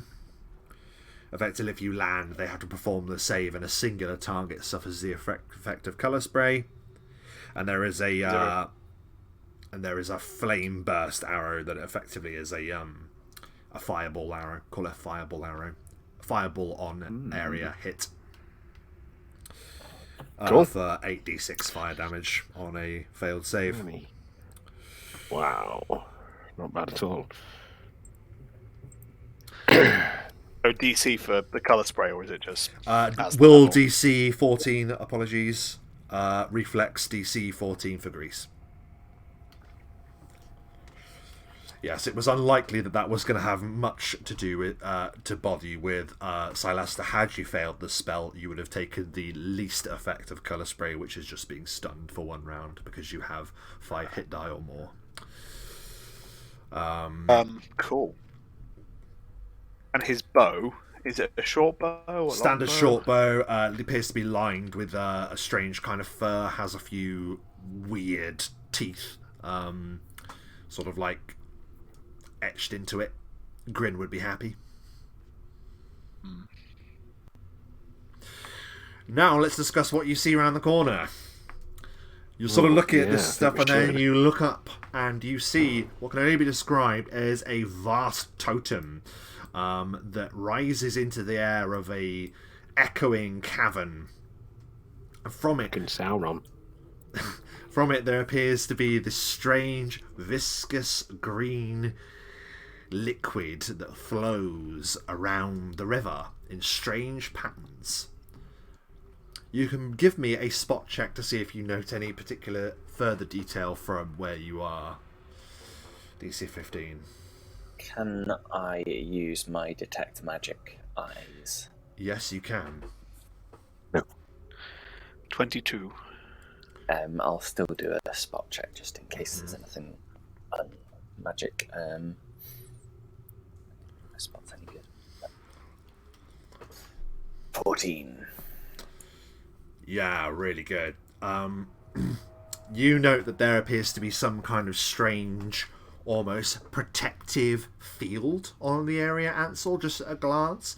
Some strange kind of magic that is designed to counter particular magical effects. But without a further investigation, you won't know what that really does. So, Alastair, you are looking at this totem, and it's this strange, ancient-looking piece of rock that looks older than everything else around you.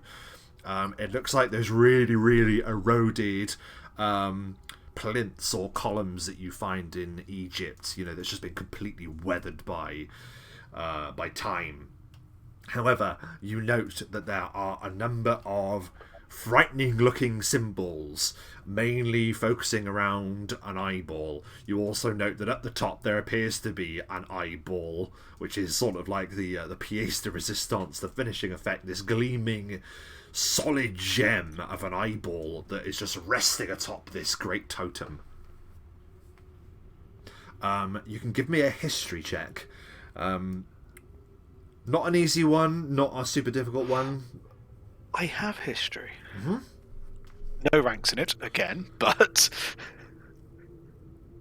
5. Never mind. Obsidian, give me an Arcana roll as well. That will be sufficient. 22. Yeah, you know that many ancient cultures were known for being able to store magical power within totems, and within the area of that totem, certain effects play out stronger. Or certain things are magnified by it almost. Do you think this has had some effect? I don't know, but you see, Ansel's been bolstered lately, but I don't know whether that's just he's discovered some power in himself or it's to do with this. Who knows? I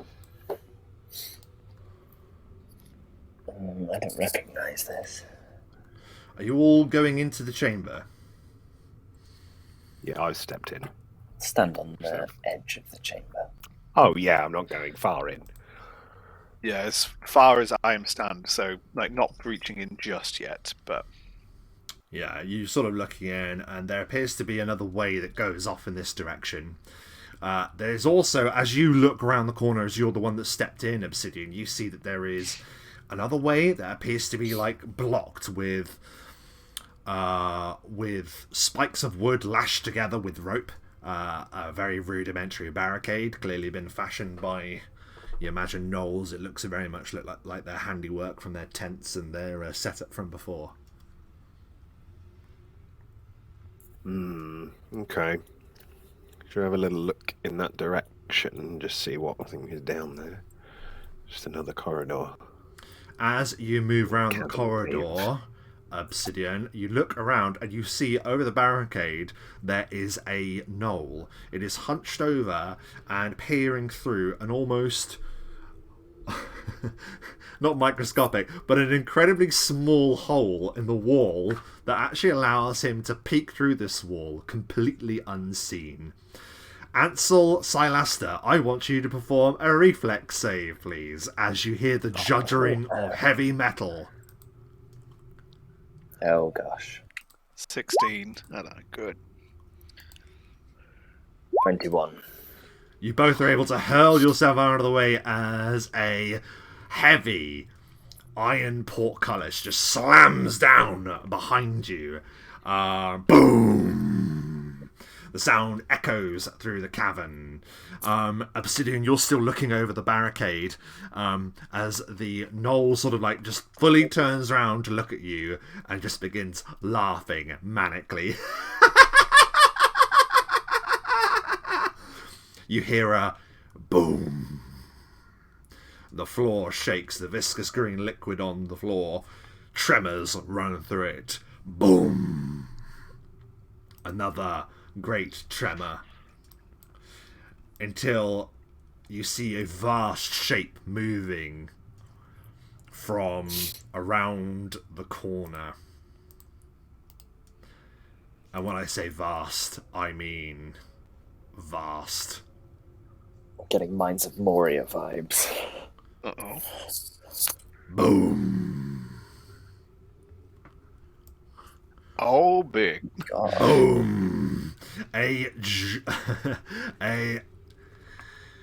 huge creature stomps around the corner, and it is a giant. That you don't need to make a roll for. We've all learned our lesson here.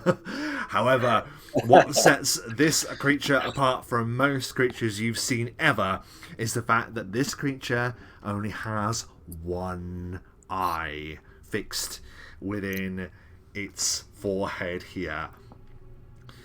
What could it be? Vast cyclops looms around the corner. Don't call him a cyclops, though. I don't think they like you. And I think that will be a really good place for us to take our break. So we will be back very shortly. For those of you watching live and after the fact, thank you ever so much for joining us here on Roll the Bones. Will the Strangers be any match against this huge cyclops? We'll have to find out. If you wouldn't mind giving us a follow on Twitch, we'd really appreciate it, and like and subscribe if you're watching on YouTube. We'll be back very shortly.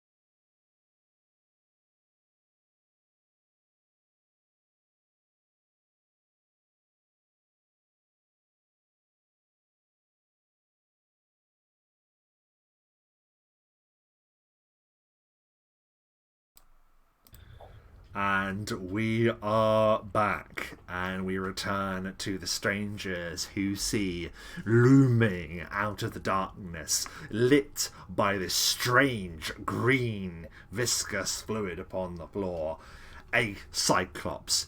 Before it drags this massive looking weapon. Now, you would expect it, if you knew anything about giants, for it to be, I don't know, like a club or something crude. This particular creature bears a gigantic but incredibly well-made looking mace. It's a gargantuan mace, to be precise. I thought you were going to say scientific calculator. It is a scientific calculator, has all the buttons along the top, it can do long division. You're fucked. It's obviously the most advanced thing. He's going to beat you with algebra, which would work against me, if I'm honest. But with that, we've already rolled initiative. So, with that, all I need to do is find the button. Find the button. That's all I'm looking for. Where is the button? I need to learn my lesson and not put as much music into the playlist. I think that's probably why. Okay, here we go.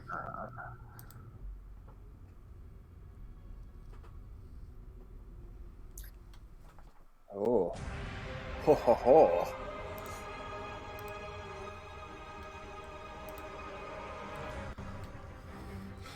The Cyclops stumps forward into the cavern, takes one long look at you with a great glowing eye that appears to gleam with a light of its own. It looks to the great totem, and there's an understanding there. It grabs, or rather it clutches its great mace, and it just swipes it across this fluid, across the ground, sending a wave of it towards all of you. Reflex saving throw, half. Is this... Would I get my bonus for this, or is it... Yes, it is a magical... it's a magical liquid. I'm going to say yes. Ooh, 26. I did get the bonus. 26 is a success. 16 is a success. Obsidian. Yeah, my 5 is not a success. It's not a success. Yeah, so that is a critical fail on my It comes down to that. Okay, so Ansel, Silaster, you take brain. It's that scientific calculator. You take 5 points of acid damage. Obsidian, you take 10 points of acid damage. As a wave of this corrosive power just washes you. That is the Cyclops' turn. Obsidian, what do you do in response? I fire a ranged touch attack on him. And this is a ranged touch attack. Rather than using my spectral hand, because why not? 13 on his touch armor class. 13 on his touch is a hit. Can you make a spell casting roll, please? A caster level check. Oh, good God.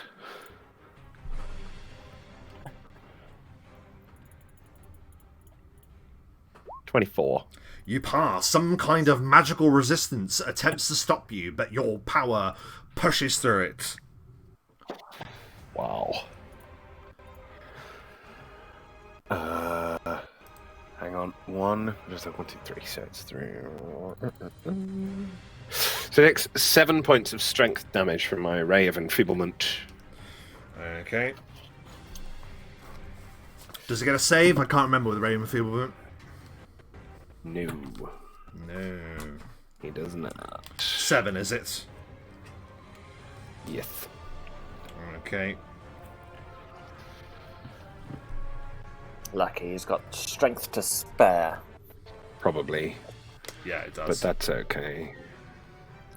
Yeah, I mean, that could still be the difference between us dying and Hey, not. sevens. Likelihood. I mean, sevens, what, 1, 2, 3, 4, 5, Decent. 6, so that's like 3 points less on damage and hit, probably, which is lovely. Potentially 4. Potentially 4 if he's on an odd. Well, we'll see. Yeah. Anything else on your turn? 1, 2, 3, 4, 5.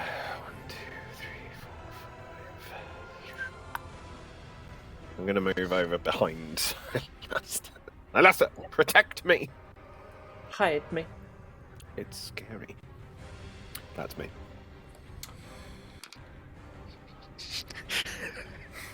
Okay. Silaster, it is your turn. As Obsidian smashes it with this terrifying necromantic energy, what do you do? Obsidian just goes behind me and goes, Salaster, protect me. And Salaster turns, gives a curt nod, and then runs away. 5, 10, 15. That's what I'd do.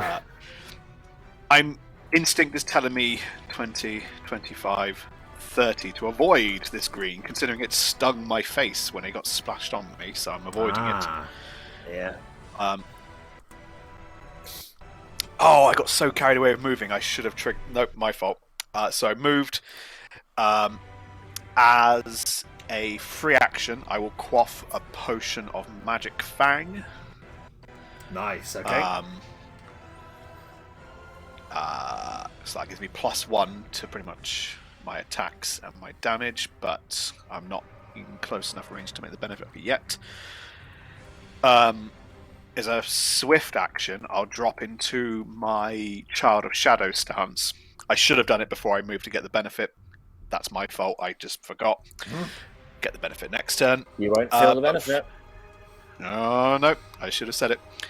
And then, from this range, however, I can reach it with the height with my Shadow Garrote, as I coil up an extra couple of coils in the shadow to get the extra range. So it's a ranged touch. Okay, by all means. As I hurl this garrote towards its huge neck. 15 on its touch. There's a hit against its touch. The garrote lands. Excellent. The damage isn't saved. Never mind.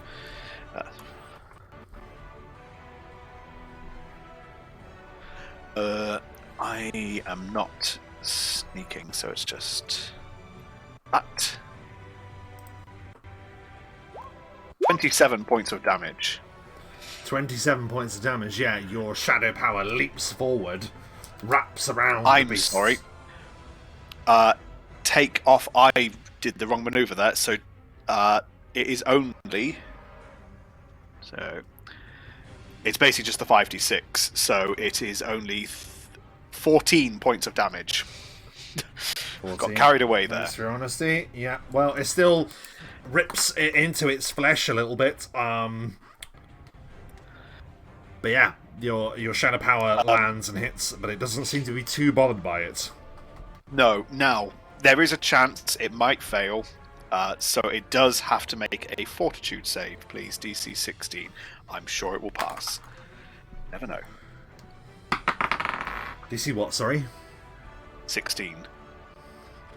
Yeah, it passes. What a mean little smile you give him.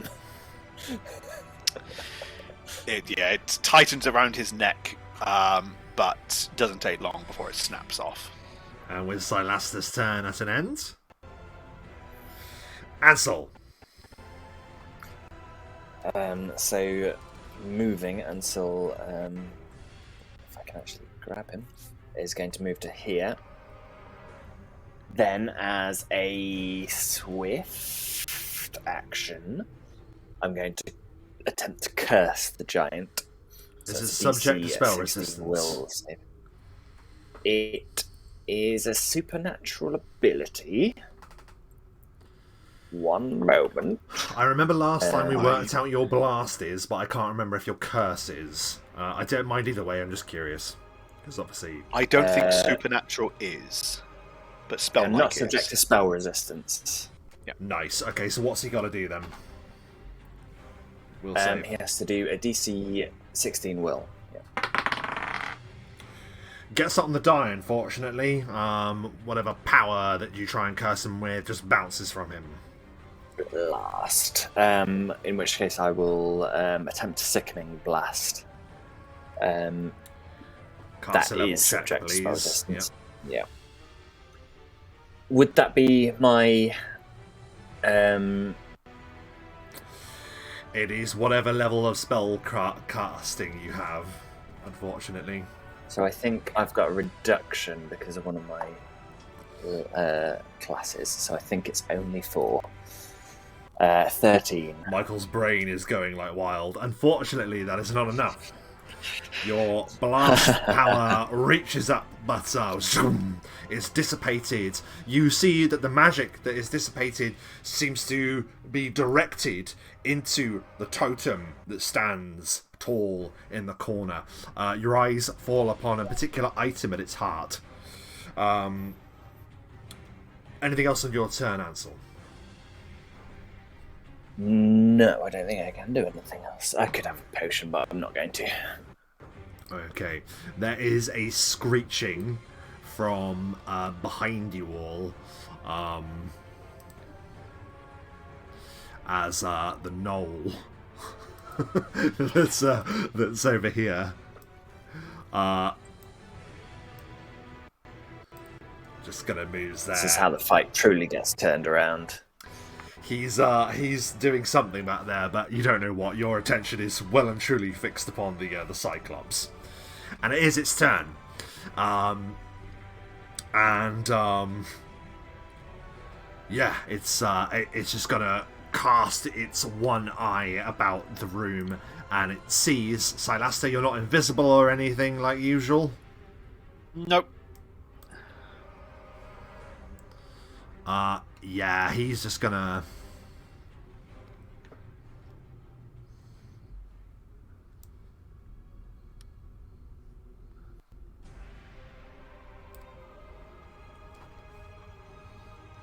charge in there. Boom, boom, boom, boom.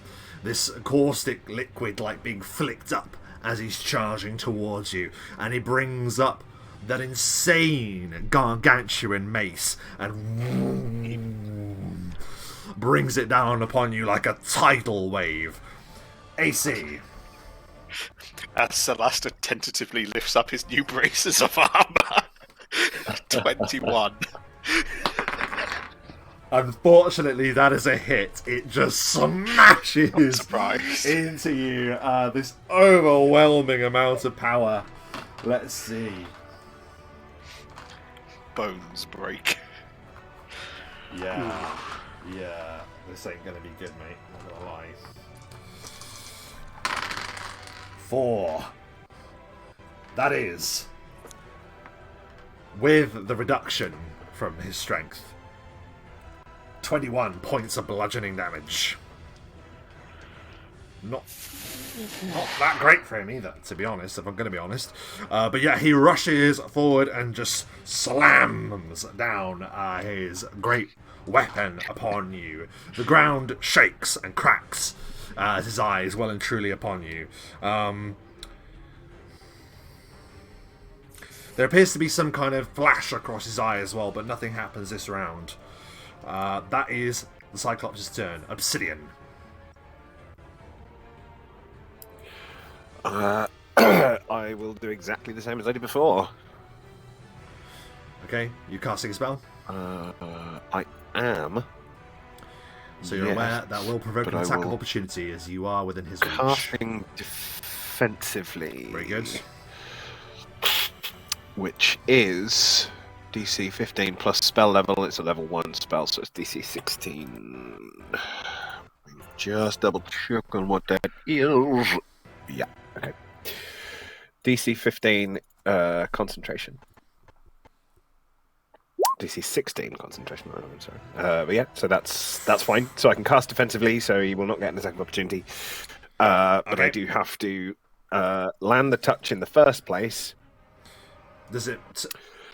Ooh, natural 20. Does it I don't use spell believe resistance? This has any. Yes, it does. This doesn't have any critical effects or anything. So, 12 on the caster level check. whatever power. That's a shame for a crit. It fizzles, and you note, Obsidian, that as you cast that magic, it appears to stop in front of it, and it gets twisted around it, and then gets absorbed into the totem behind it. It appears to be being focused by some item in its side. Anything else on your turn, Obsidian? No. Very good. It looks down at you as you do that. Silaster. Ooh, okay. Silaster is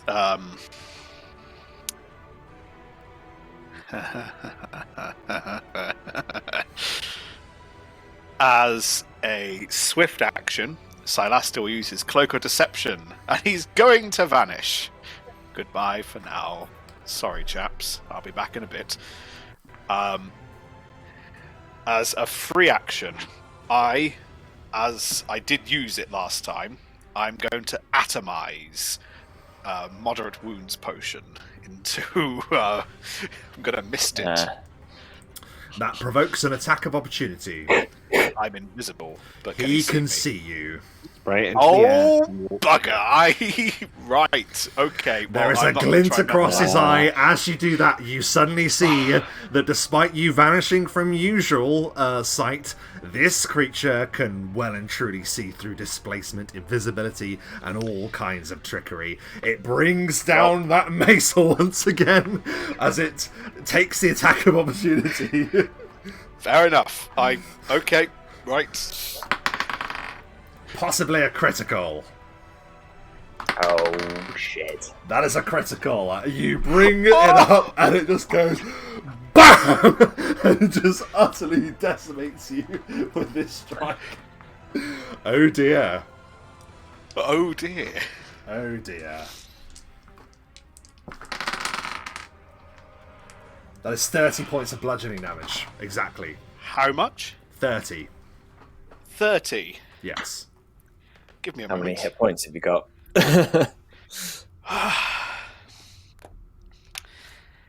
I started that fight on 34.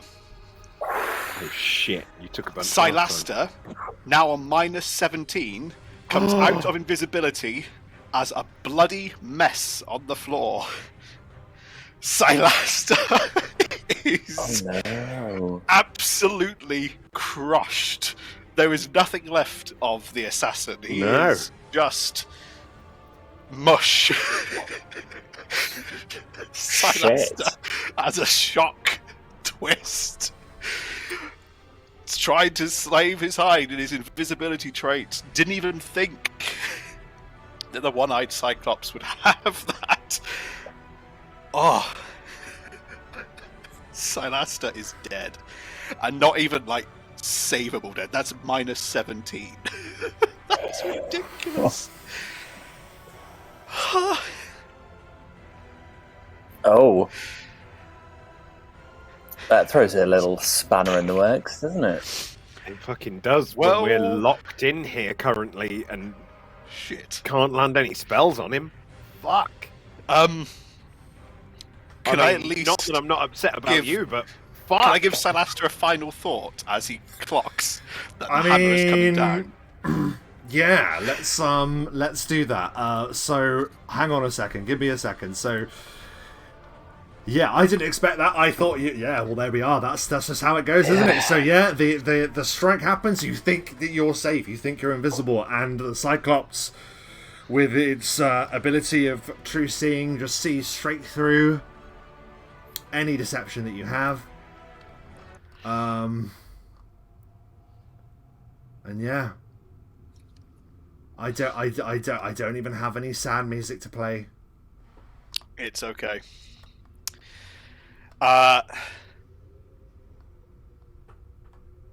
There's What a is the moment. what's the last thought? Would you like me to sing something whilst you do it? No. Just quietly in the background, mate. Give him his For a second, I thought you space. were going to whistle Deadbeat Dad. Give him a Just- moment, for pity's sake. For pity's sake. There's lots going through Silaster's head. He's like a potion in hand, and at a moment of clicking, and as it's coming down, just going like, it was not meant to be like this. They were gnolls. They were gnolls. And then as the hammer gets lower and lower, and it's just dawning, and there's a glance to the potion, there's a glance at what's happened, and he just thinks of everything, and his last image in his mind is almost of a pyre of ice. Not flames, but just cold. As he just pictures where spiritually he's taking himself to die. Burning on a pyre of ice, a glacial flame, bringing peace to his soul. And if you were to listen closely, you would just hear very briefly in Elvish, "Heart, take me home." And then Salaster hit, crushed, as he comes back into visibility. And Obsidian, Ansel, you watch as the gargantuan mace is raised, and what is left of Silaster is gently bubbling in the crater of acid that begins to fill around his body as he has been utterly decimated by a critical hit from the Cyclops. That's how that rolls. So, well, that wasn't planned. No, that certainly wasn't planned at all. I'm a little bit dismayed, if I'm completely honest with you, but I suppose that's just the way it is, isn't it? Sometimes. Wow. I'm kind of a little bit taken aback. Well, I mean, Salaster he got cocky, thinking that, he can't see me right now. No one's seen me when I've done this. Yeah. Eventually, that was going to turn on him, and that turned on him bad. Well, he was sort of cocky, but to be fair to him, he wasn't cocky like, "Oh, screw it, I'll just try." He was trying to heal. He's not stupid. Yeah. He was trying to heal. I can't say it's entirely like. It was that I need to heal and take advantage of my position here. And oh dear, he got pummeled. Salaster went into that fight with the gnolls thinking, I can handle a couple more hits from the gnolls. Then this thing turned up and was like, I don't know. Got the one hit off it and was like, oh crap, I need to heal. And then, taken to oblivion. We could be in serious trouble here. Yes. Yes, without a... Well, get the music back going. Well, yeah, Let's with that then, so everything's in slow motion for you, Ansel, and Obsidian. You just watch as... Just watch as the horror. Watch as just your comrade, you didn't know him too well, but you have fought by his side fairly consistently this whole time, and now he is just slain. And now the real struggle begins.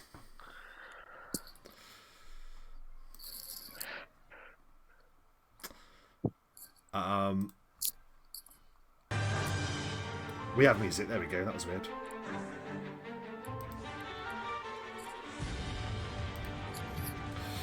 It looms around looking upon you, but that was... Silaster died on his turn. Ansel, it's your turn. God, says Ansel. As Silaster is smeared to the ground. Well, not to be too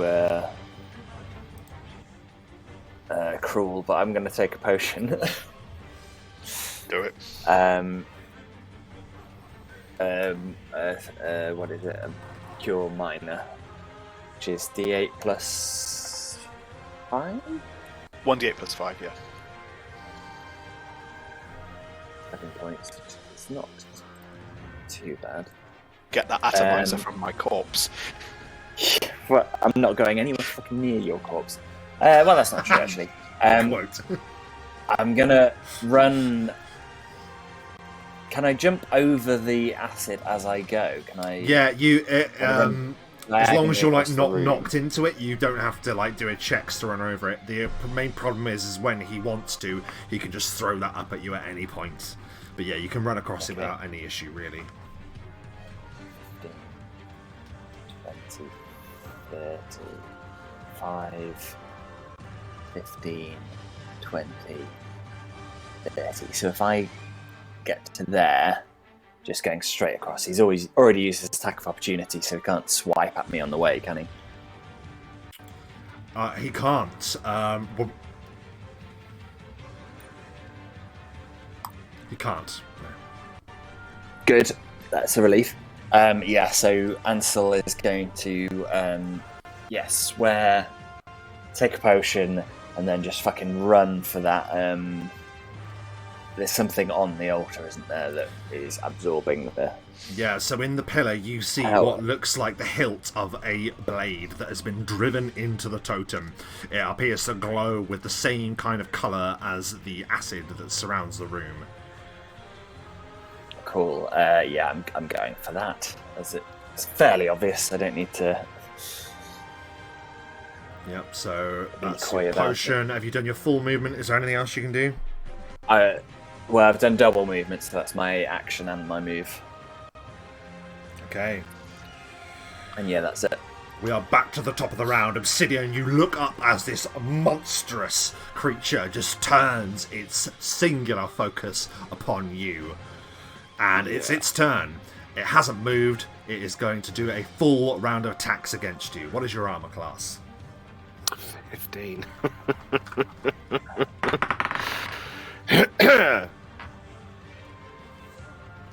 Let's do this. That's a hit. Yeah. The second is a hit. Miss a 15. The third is a hit. Beautiful.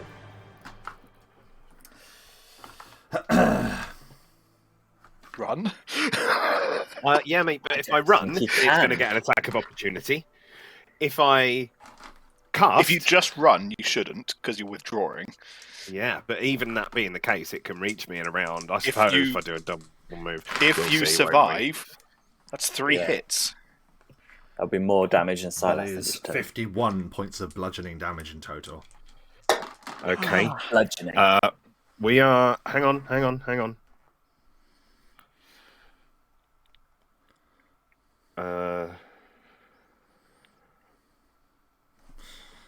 There's no loop on Okay. the... So he spins around, having just completely murdered Silaster, and murders me worse to -21. Oh no! No fucking way. No chance. What? I mean... -21. Very dead. Very dead. Shit. Get out of there, Ansel. We don't want a TPK. And so No you need to TPK. escape. But the problem is, there appears to be a gate in the way. So what are you going to do? Run. The other way. I'm running. Obsidian... Well, I've hang already on a started second. running. The music's replayed, and really we need to take a moment again because Silaster had the same. So Obsidian, you turn around and this great beast of legend just stares down at you, raises its weapon, and you're just frozen there against the bars of this gate. You don't know whether to go left or right, and then it's too late. Raining down upon you like the thunder of old gods, the mace lands again and again. What are you thinking when you... Well, I think that fall into he nothingness? was angry. He'd just seen his friend get annihilated, turned into paste over there. And so he was angry, and he was summoning power, I think, when this happened, because this is all in one fight. So if this was in slow motion, it was almost Dragon Ball Z style. The power was surrounding him, and he was about to do one of his negative energy bursts to just explode with this power to do it some damage. And all this power started bubbling up out of him, and then this thing just slammed him into the ground and essentially just snuffed it out before he had the chance. but I think like he withstood maybe the first hit. So I don't think he was dead after the second hit, to be fair. So yeah.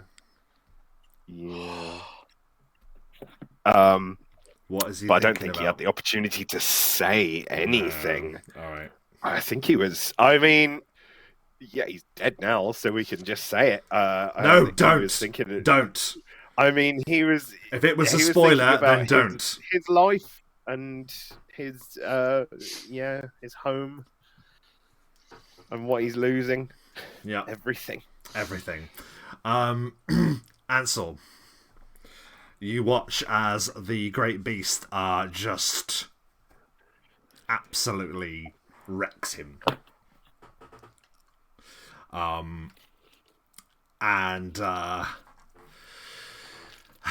Yeah, it's just you, and you behold everything that's happened. You're the last man standing. That was its full turn. Obsidian is down, Silaster is down. It's your turn. Oh, shit. Okay, so what have we got in the room?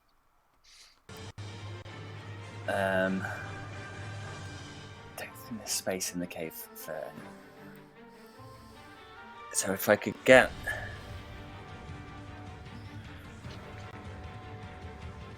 I can't get away. There's nowhere to go.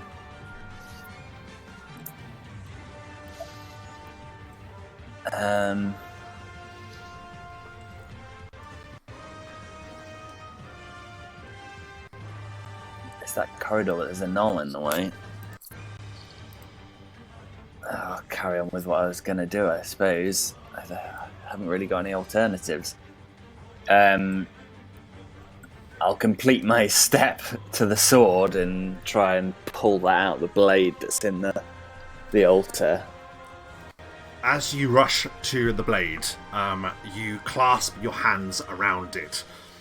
You note that it is the hilt of probably like a long sword, and a fairly big long sword at that. As you sort of like close your hands around it, you just know within your instincts that however this has been put into this totem, it's going to be too strong to pull out. There's some force there that will prevent you. However, you can get a free check, DC 12, to determine how you can remove this by another means. That could be spellcraft, that could be use magic device, arcana, anything. That DC 12 is pretty harsh, Yes. but I've said it, so we'll go with it. Spellcraft would be the... makes most sense, I think. 15. 15 is enough. You realise that in the pommel of the hilt, there is a button. You press it, and the blade just falls away from the totem. You've heard stories about items like this, however, they don't usually have weapons attached to them. What you hold in your hand at the moment is an immovable blade. Effectively an immovable rod built into the hilt of a broken longsword, which is effectively a short sword now. So that's free of the... Yeah. So you do that, and you note that whatever was the magical item that was powering this totem, zoom, depowers. Okay, and was that my action, or... So you moved to press the button. Yeah, I'm afraid that's going to be an action, I'm afraid. In which case, I will move further away with the rest of my movement to fucking get away, try and stop that thing from being able to just mush me, mulch. We are back to the top of the round then in that case, because we're 1-on-1. Yeah. The creature just perceives you with that glowing eye. I mean, it can move to get into it to reach quite easily. Yeah.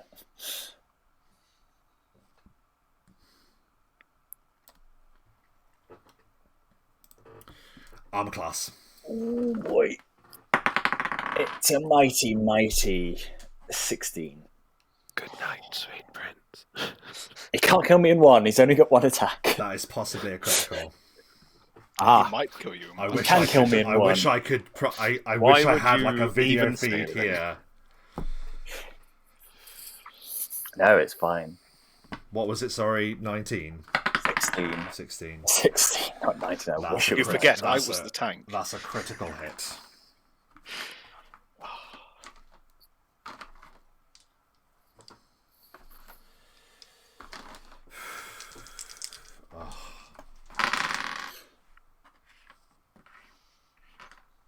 Sorry, that's short. I do apologise. I need to roll more dice.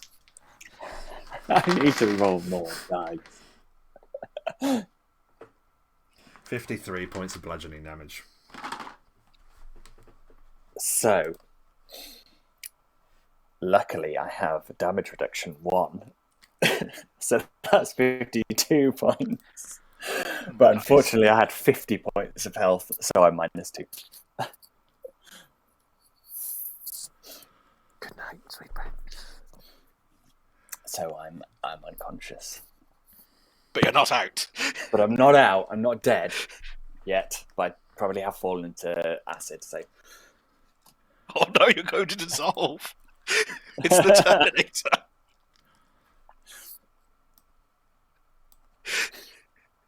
yeah, you got me in 1. I shouldn't have been so cocky.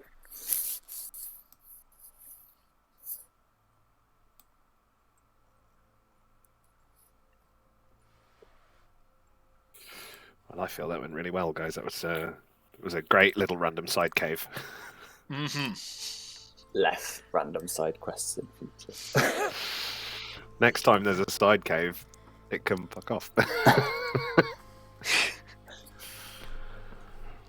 Ansel, you recoil back from the pool.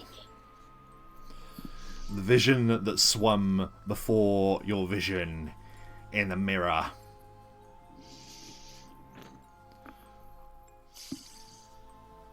was that of totality, that of instant destruction. Do you see, Ansel? The little girl says, the power of what I have given you? The image of your friends, yourself being crushed in battle, seemed to almost be imprinted upon the mirror. You can't help but draw in a breath and check over your shoulder to see the camp. Its fire still blazing there in the distance.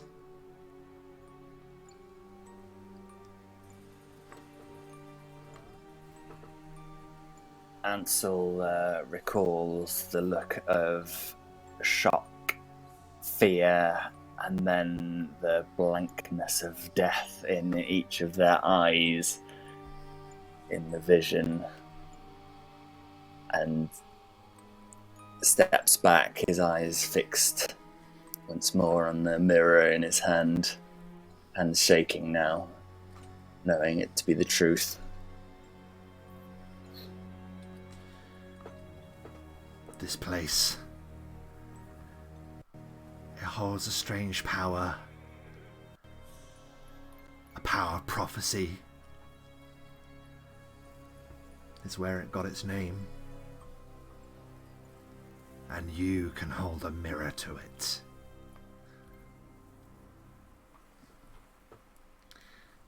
The little girl fades into the reflection of the mirror. And you are back, just outside the range of the firelight of your camp. the night before, having seen such a disastrous vision.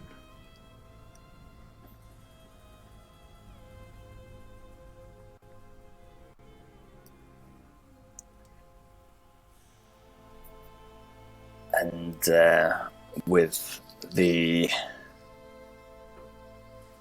crushed remains of himself and his friends heavy in his mind, Ansel has a very fitful night's sleep, dwelling on what could be to come.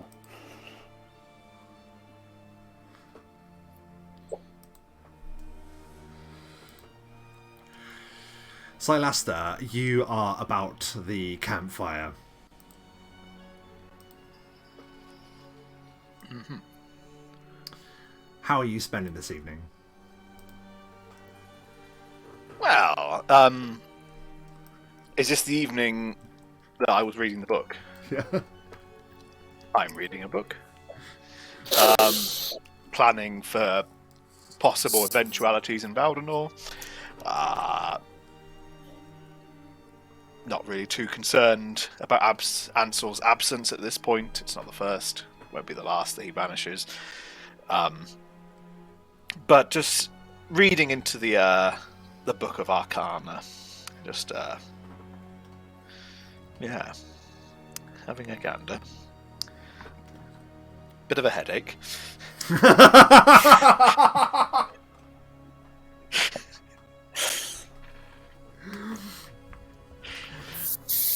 Obsidian.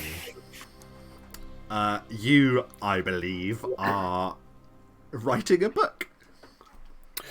Yeah, you would think that, right? But actually, I'm searching just on a whim through the book for any references to like cyclopean creatures, just for fun, and how to beat them. Sure. Yeah, I did. I had a bit of reading time, and then I'm writing a sort of book journal type thing. Very good. Do you want to perform a spot check for me, please? You know how this goes. No, it's a 9. I'm reading. I'm writing. For God's sake, writing if it's dark. It couldn't be more perfect. Leave me alone. You look up and it's almost like you just missed something. Something that could have caught your attention in another time, but not this time.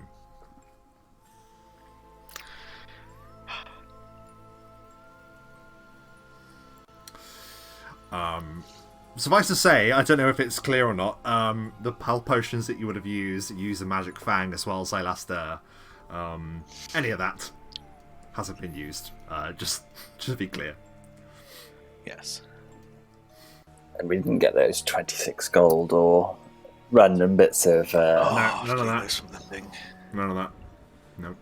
You mean I've got to fucking maths again? Is there anything else that you're doing around the fire before you continue your journey into the Valley of the Prophet?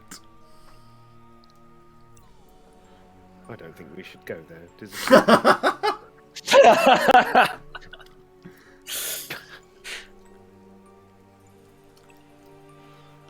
Find an inn. Get pissed. I have nothing else to say. Let's do our thing. So you rest for the night. As you say, Ansel appears to be sleeping rather fretfully, and we move to the map. Hey, it's an S. That's new. Oh, we can move it. It's like the school S, isn't it? So you know that you're seeking the Sanctum of Sight, and that has been positioned upon your map. You know roughly that it is upon a great mountain that you now approach. The area that you're moving through is dry and arid, and you find that the cart is being sort of like gullied down into this valley. Brigid of Whist, who's been doing his best to be as enthusiastically helpful as possible, is kind of doing his best to sort of like help in this regard. As you trundle towards the valley.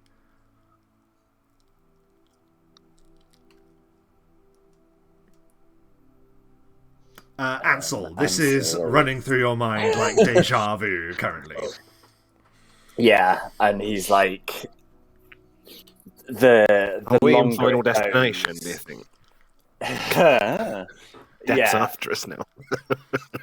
The longer it goes, the journey, and the more alike to the vision it is, the more you see Ansel get twitchy and beads of sweat pour down his bald head, and yeah, he looks unwell. Silastra and Ansel, you could probably tell this without making any kind of check that Ansel doesn't seem particularly happy, but it's up to you whether you act on that or not. Kind of hard to tell because he's always a bit weird. So I don't want to question it. I'll just leave him to it for now. Salasta's going to do a heal check to see if he can figure out if there's actually something wrong with him. Yeah, by all means. Because he might just be like, oh. Yeah, at a glance, you'd be like, oh, he's got like a fever or something, sure. 7. He's sweating a bit more than usual, but who knows? Maybe he ate something funny for breakfast. Yeah, you might. You think off. like any time performing a medical check, a lot of the time it's based on asking people if they're okay, but you won't know any further detail until you actually have a discussion about it. Ansel isn't showing any signs of illness per se. Mm.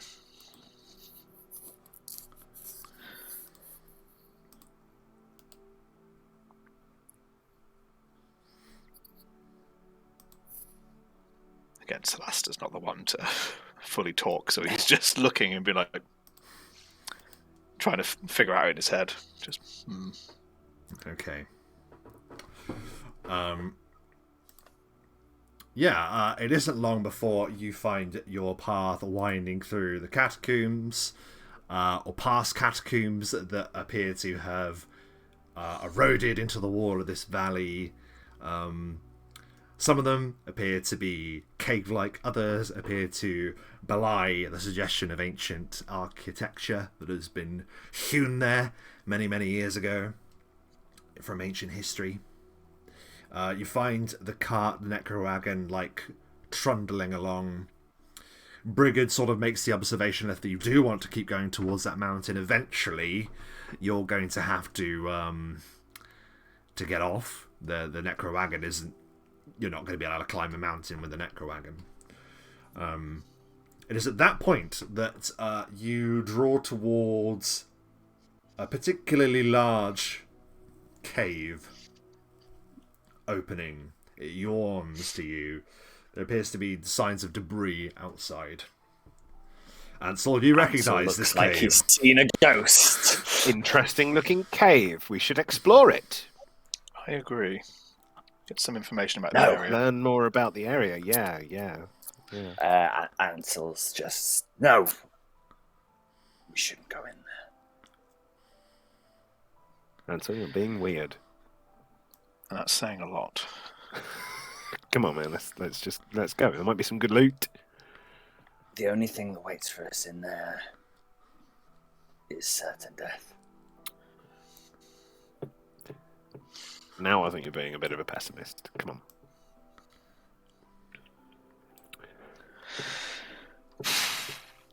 I assure you.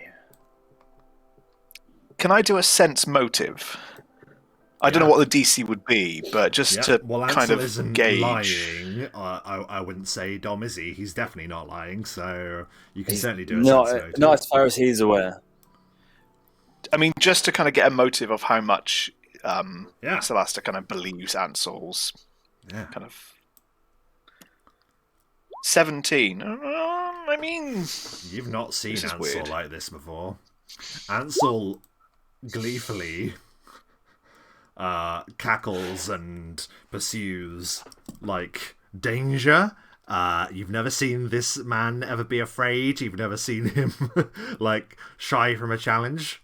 I don't know. What do you think, Dom? I think we probably get the best perspective from you. What are they getting from that? You've seen Ansel worried before, and you've seen him in a bad state, but you've never seen him actively scared before. And this is fear.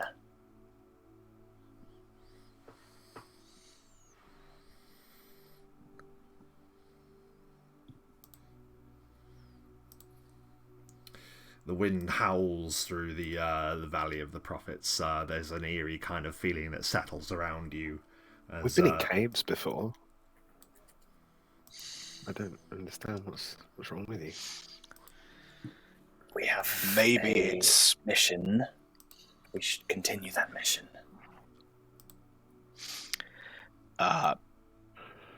Maybe it's down to, just based on the role here, so maybe it's Celasta being an elf and seeing this from like another race's perspective, maybe, or just from living longer. He's only muttered briefly how old he is, but something's like on that role, something's going like, okay. And Celasta goes to Ansel and says, "I don't know what's troubling you, but I believe you."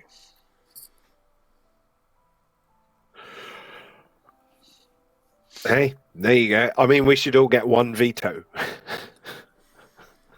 one exploration quest veto. And this is yours. Now, if you're genuinely uncomfortable, we don't have to. We can come back at another time, but you're right. We do have places to be. Sure, no time to stop and explore. Let's go. Let's keep moving. Yeah, you keep moving, and Brigid is sort of like looking between the three of you, like, what's got their goat? And he realizes he's talking to Mr. Nobby, and won't get a response. so he keeps his head down and continues to drive the horses. Ansel, you look back at the cave as you continue to trundle away, and in the darkness it's almost by accident. It's almost like you see like the ripples of a reflection in the darkness there for a second, but with a blink it's gone. Did you actually? Oh dear.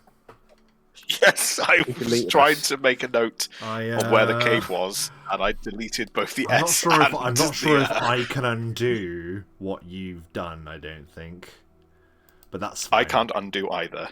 We'll remember next time. Yeah. Oh no, there we go. You can. I did it. He's there. Cool.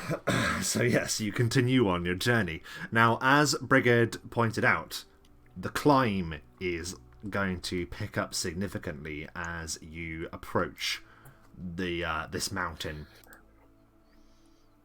Okay. I've realised I've not actually shown you like the actual image you should see. So first of all, this is the sort of the rough look of the valley that you've been moving through. Yeah.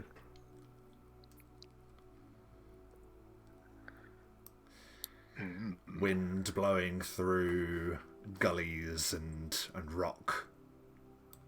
Winds howling. But then, as you draw closer,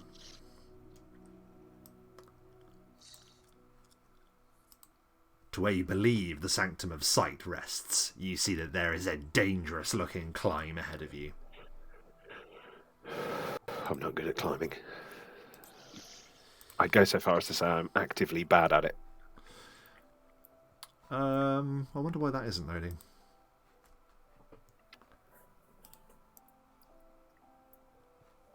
How weird. Oh, we're not supposed to be looking at a black screen now. No, there's supposed to just be an image. There's just an image of a mountain. Is it not showing?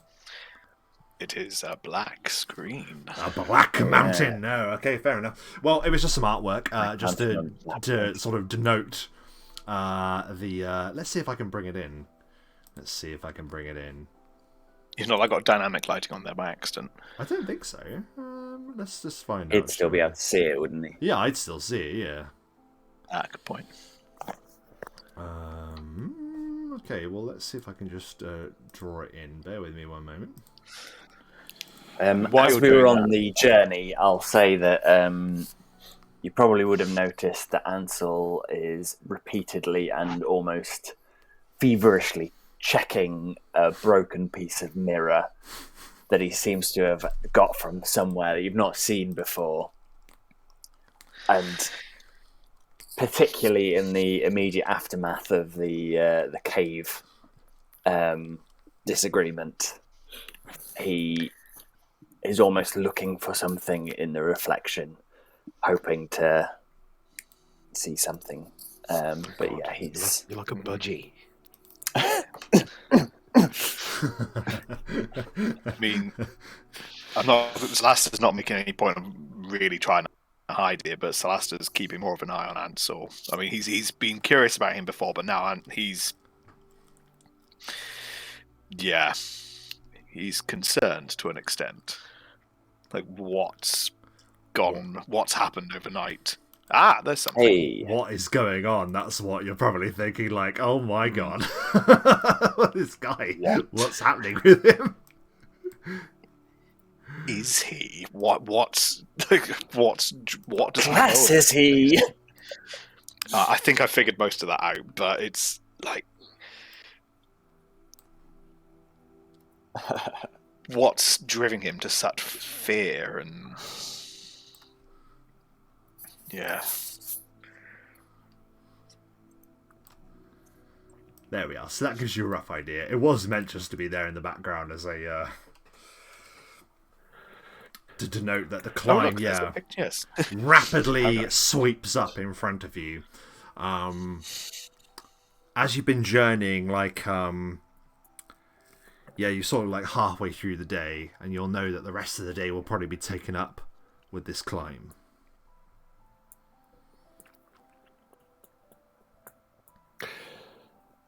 It's going to be a very slow climb. Like I say, I'm actively bad at climbing. Average. Like I'm in It's the more of a negatives. steep walk than a physical. Well, it starts a steep walk, Ansel, but as you peer further up, you see that it becomes a task.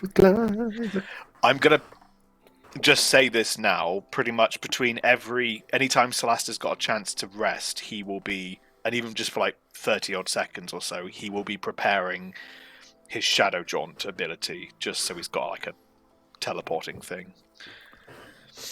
Okay. So, is it your intention to continue? Do you want to start climbing? Sure. Yeah. Brigadier says, I believe it will be best if I wait down here with the horses. I'll find somewhere to keep them watered. I saw a pool way yonder. Absolutely. Well done, Brigadier. Do come back now, won't you? I mean, we'll try. Who knows? As he says that, Ansel, like the colour, what little colour he has in his face, drains slightly.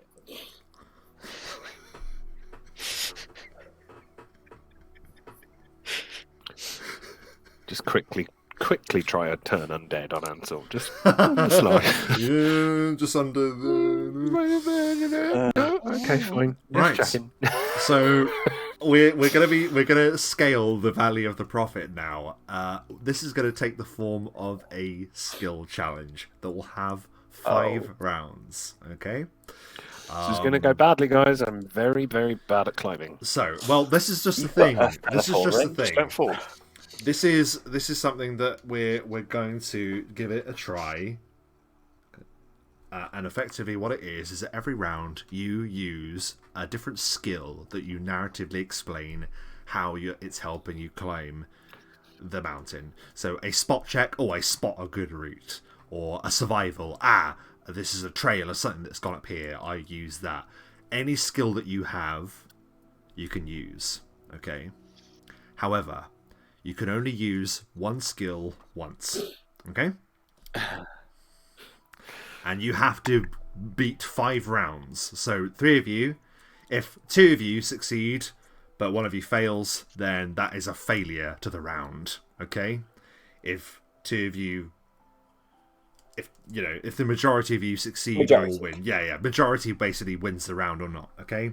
You have to have 5 successes, 5 successful rounds before you meet 5 failure rounds. Okay?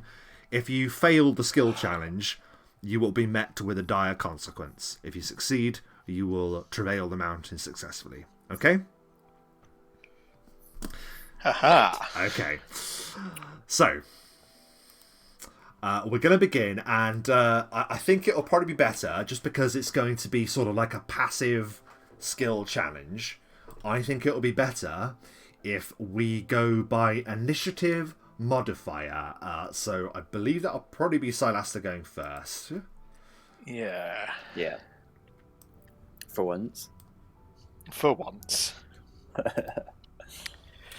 So that'll be Silaster first, then it's who has the second highest? Ansel. I believe it's Ansel. Yeah. Ansel. I am last. And then Obsidian. Okay, so I'm marking 1, 2, 3, 4, 5. Okay, and I'll be ticking next to your name whether you pass or you fail. Okay? So, Silaster, as you begin the ascent, what is the first skill that Silaster will use in this climb?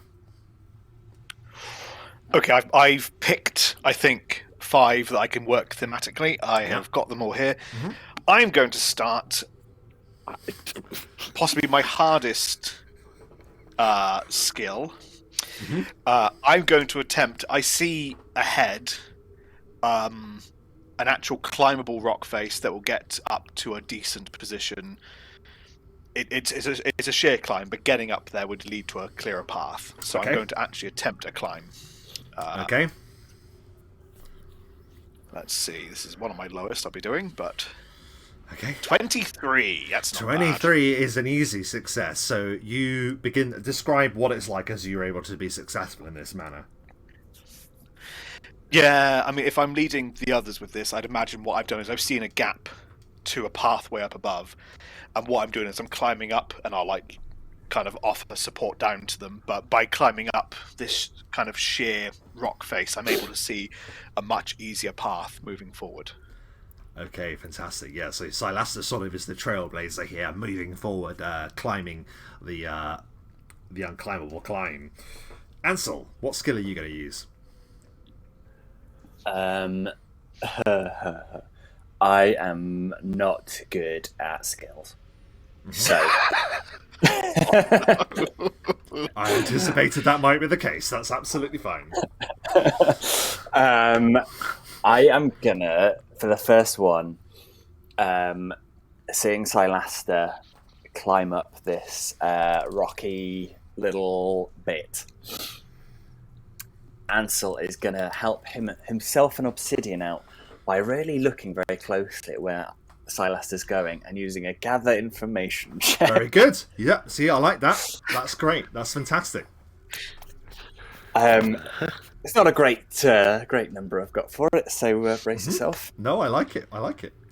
13. It is a failure.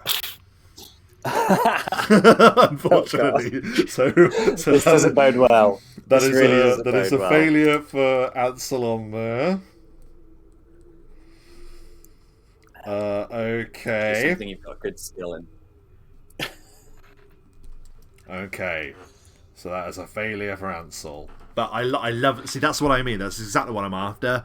This is just like an interpretation of your skills that all, we can narratively say helps you up the mountain. Obsidian. Yes, I don't have any. I also suck at skills. Okay. And I am a charisma-based character. So unless I am able to yell at the mountain and make it lay down... You might not With be able to intimidate. yell at the mountain, but you can speak to your comrades. So you can take up a leadership role here. So is there a social skill that you can use? Social skill, because the issue here is I mean, using, say, diplomacy, I Yep. guess, to bolster them. Though my best skill is intimidate, and I don't want to intimidate them. Get them out! God's sake, be You could better! though. You could be like, look out for that massive gap that you're about to put your Yeah, foot in. exactly. It's gonna right? kill yeah. you. It's gonna kill you Yeah, if you fall right. over there. So, Honestly, yeah, yeah. great. I love In it. order I love it. to make Silaster do better, I impress upon him just how bad it would be if he was to fall. How dangerous it is through fear. I scare the shit out of him with facts about mountain climbing and how bad it can be. So I intimidate Silaster into being better, and that helps us go up the mountain. Okay.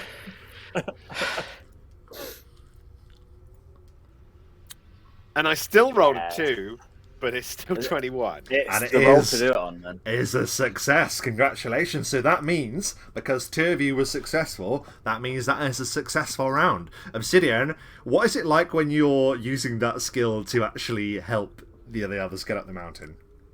I mean, so I just take a second, and I'm like, Silaster, just look down, and I explain to him, if you fall, you could die. All about death. This won't be nice. This will be unpleasant. You will lay up here, and like if we're all in deep trouble, there's vultures. We'll get eaten slowly. It'll be bad. Don't die. And as I'm saying it, I turn on my fear aura, so everything around me gets a little bit darker. Just like it's really serious that you He's don't really convincing. Oh my die God. here. Don't fall. So, with that is round 1 successful. We move to the second. Silaster, what is the next skill you're going to use? I mean, if we're going logically, we're still. I've got someone giving motivation, someone staring at the rock face where I've just climbed, and I'm at the top of a rock face. As much as I would like to press on, because, that would be, I've got plenty of skills to help me press on, that will do nothing for the team, so I will attempt a use rope to create a decent knot to drop down to assist the others in climbing up.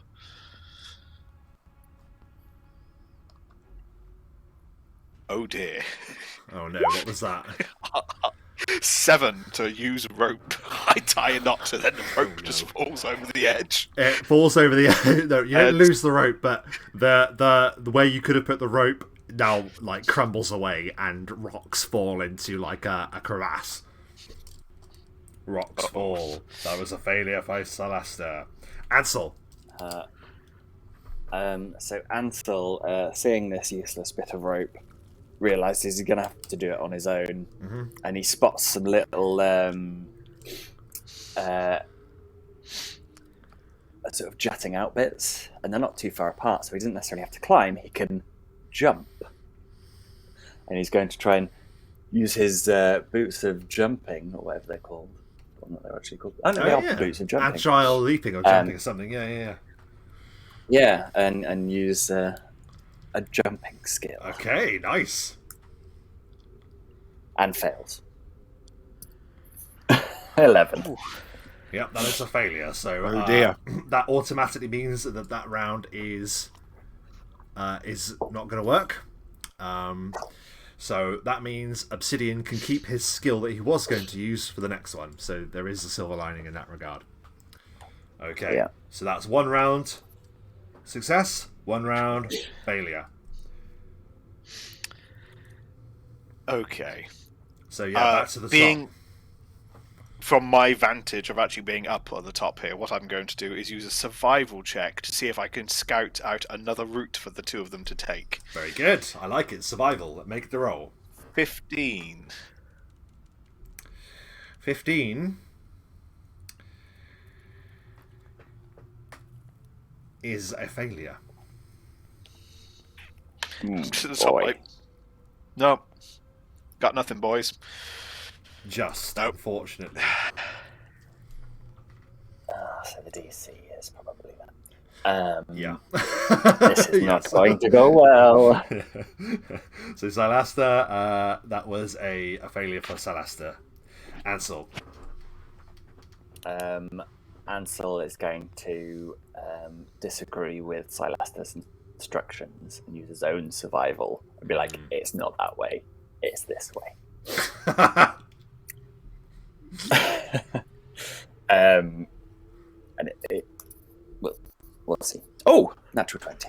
That's nice. That is an instant success for that round, Ansel. How do you completely smash that round, making it an immediate success? So not only does he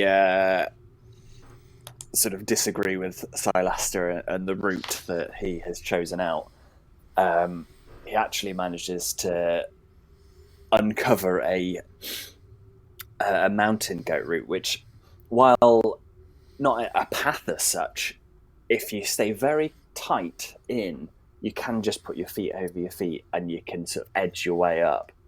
And it just takes you up the next little bit quite nicely, quite easily. Okay, fantastic, amazing. Well, that's basically solved that section. So by this point, you're sort of like at the halfway point. You've been climbing for some time.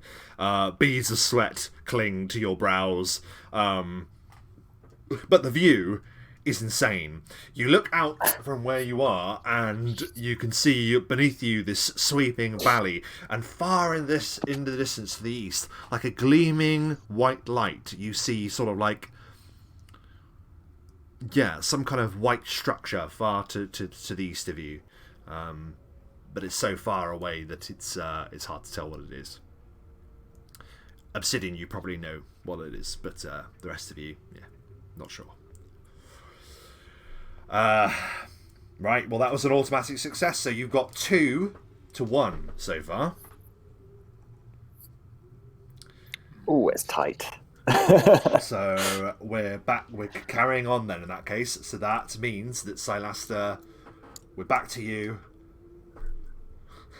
I mean, Obsidian, I'm sorry we're not getting to you, but at the same time that doesn't mean that an automatic success means you get to use what skills you have means that, later on. I'm not having to actually contribute, which is useful to everyone. So Silaster, yeah, well, this is the next round. What are your choices? What skill? Okay, I see. Yeah, in front of us, as we're climbing up a narrow path, I see it's obstructed. But in order to clear it for easy access, I need to get to the other side. So I will tumble over the obstruction to work towards clearing it to free a path. Yep. 36 as I hop over some precariously placed logs and boulders, just up. Oh my goodness, that was incredible. Yeah, it's you're enjoying it at this point. Leaping from rock to rock,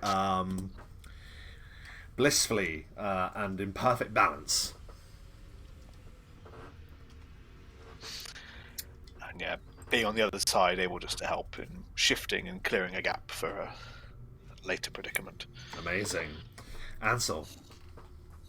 Can I use one of Cry's skills? Yeah. To do something. Yeah, definitely. Excellent. So at some point we come across a big gap that is very difficult to get over. So Ansel sends Cry, who uses his lithe form to sort of wriggle right along the very, very edge of the gap with a rope that he can take with him and attach to something, and he's going to use balance to get there. Okay.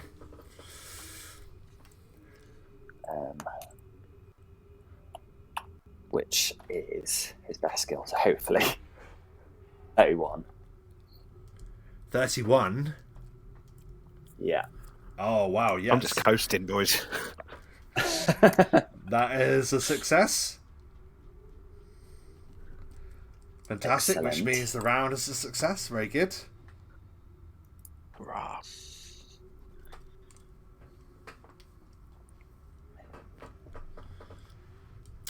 So yeah, Cry scrambles across and is able to balance and sort of like leads the way in that regard. And that is the majority. Yeah, because you're 3-1 currently, so it can't outweigh. So that is a success. I don't need to go again. It's a success. Yeah, fantastic. So let's cut to what you see. Eventually, you get to the top of the mountain, and was it best of 5, not first 5? I see. I thought we had more to go. That's fine. Oh yeah. So it was best of 5. Sorry, I didn't need to do anything. I didn't explain it very well. I had like 1 to 5. Yeah, basically the losses can't outweigh the positives now, so that counts as a success. I didn't explain that very well. I do apologise. I had a great idea for my next skill. Go on. What were you going to do?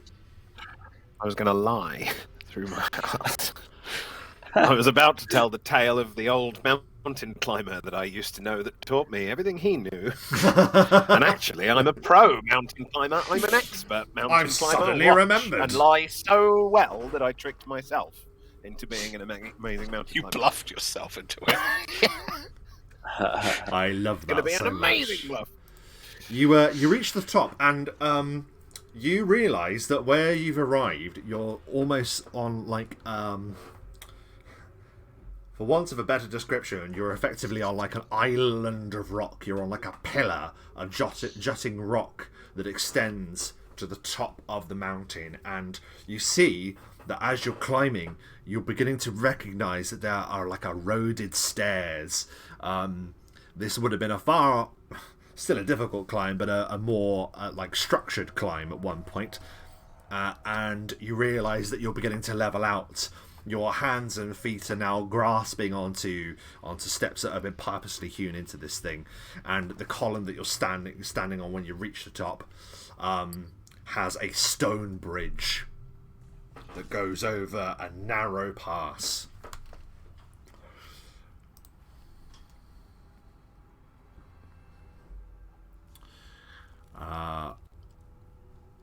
Which I'm just bringing up now.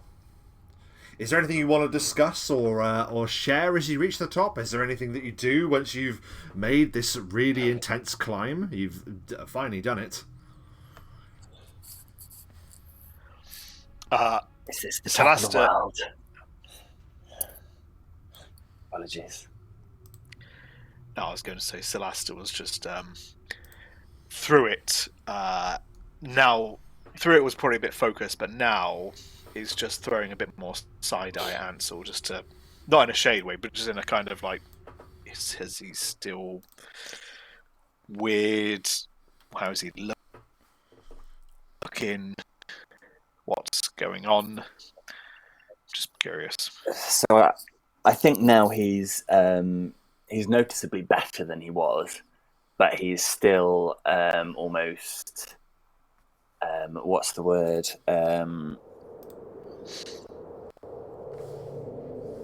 Habitually checking the mirror. He's sort of, and it's no longer like he's looking into the mirror to see something. He's just every now and then he's like he's just looking because it's there, and it's caught in his mind now.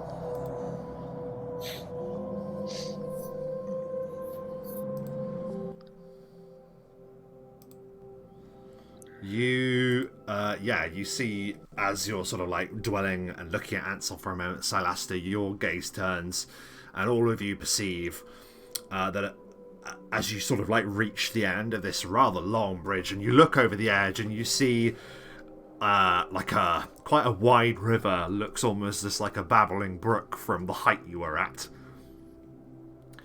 That thing happens to your feet when you suddenly look over, like a long drop. Wind sort of like ruffles through your clothing and your hair. Before you see an ancient stone structure wrought into the rock. It is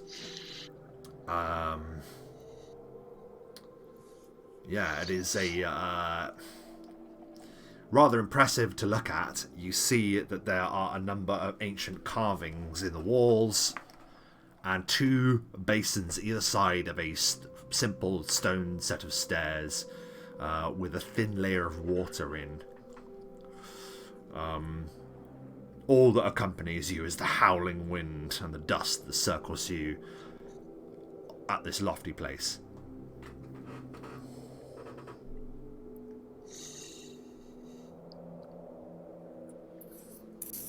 Ansel's going to turn to the others and say, whatever this place looks like, we should be more wary.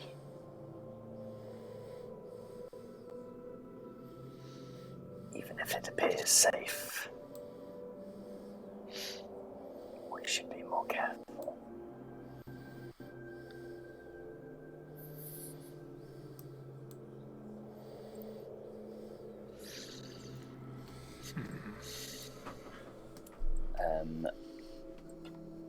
And with that, I'd like to use the detect magic and see the unseen for the invisibility and dark vision. Yeah, sure. To check the surrounding area. There's like it's almost like there's a trace amount of it on the wind almost, but there's no specific target. You can tell that something lies ahead, that that is a place of old magic. Like, this place has seen so much of it throughout its long history. It can't help but just be in the atmosphere. But there isn't anything specific. There's nothing lying in wait along this bridge, it seems. Anything magical, at least.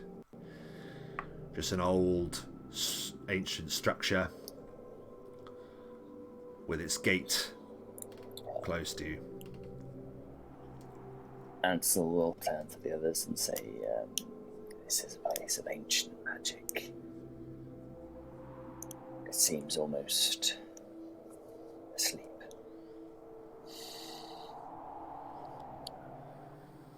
Oh, we best not wake it up.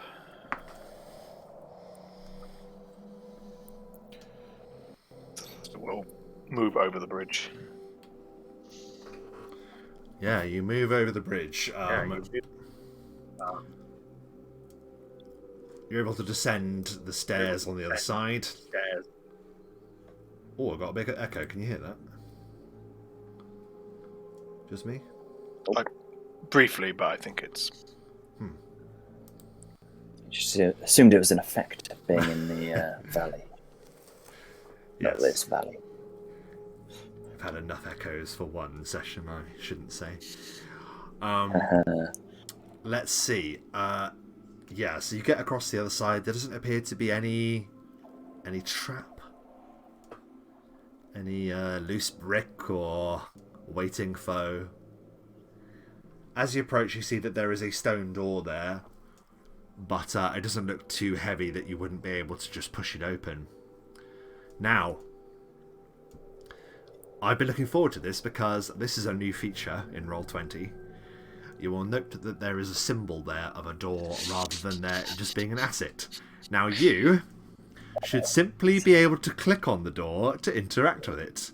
I will just say door etiquette will be that your figure has to be next to it when you click it. I actually didn't know what it was, so I did click it and open it briefly, but I immediately closed it again because I was did like, you? "Oh crap!" I didn't. I did, so I can't see what's on the other side, but I didn't know what it was. So Well, there you go. So there are now door symbols that I'm going to be trying to implement into the dynamic lighting, so I don't have to keep doing the thing where I'm going to delete this bit of the dynamic lighting, whatever. Now you can just get and it should open if that's what you want to do. Oh ye with the reflex save. It's now when you go, I don't want to open Can it. I look in the... Yeah. Well, before we open it, I would like to Your look in new features. the pool of water to the side. Yeah, by all means. You look into the pool of water. She smiles back at you, Ansel. And she sort of looks up to the door that's waiting for you. Ansel looks to the door and nods to Silaster. Tentatively. You mentioned there was some markings on it a while back from a distance. Is there anything... I can only speak Elvish, so do I notice anything like an Elvish or any other things I might recognise before I open, or...? No, so that you would probably recognise... You can't read it, but you do recognise it's the same script that you have found in the...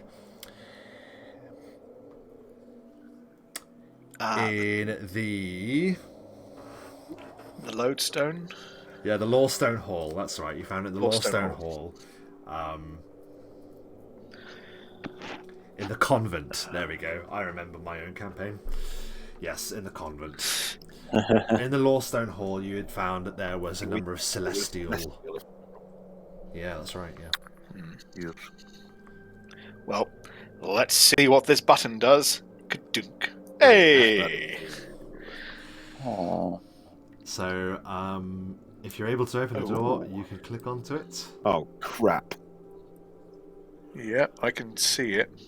What are they? Oh, no. So,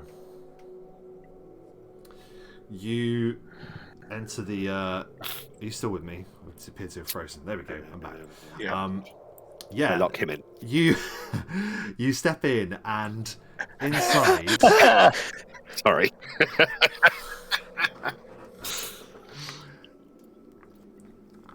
Inside, you just see that there are these massive tablets of stone. Some of them are sort of like held up by weights. Some of them wrought into the walls. And they have written upon them ancient stories, ancient words, ancient messages.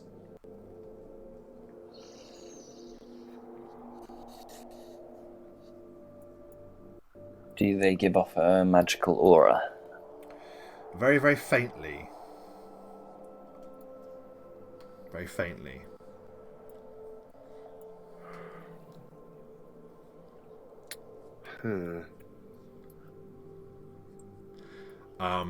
You're in this like vast hall, and your footsteps echo upon the ground as you step in. Okay. What's the door behind you? Were you born in a barn?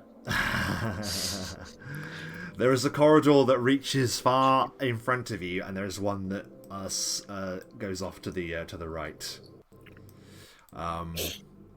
But yeah, for the time being, your focus is taken on those tablets. Can we read what these stories are on them? Yeah, so I will gladly read you the story. And it's simply entitled The Sanctum of Sight. In the Second Era, a prophet with incredible foresight served in the royal court of Valdenor, and he had the ear of the king. He predicted a terrible famine, so the kingdom enforced the rationing of grain. The prophet predicted deadly disease. The kingdom halted travel and brought the light of clerics and paladins to the people. As you're following along, you see that all of these lines are sort of illustrated with hieroglyphics. You see, as it says, clerics and paladins, these noble-looking figures holding up hands with beams of light. He predicted the death of the king's son. The king saw his son guarded heavily under lock and key.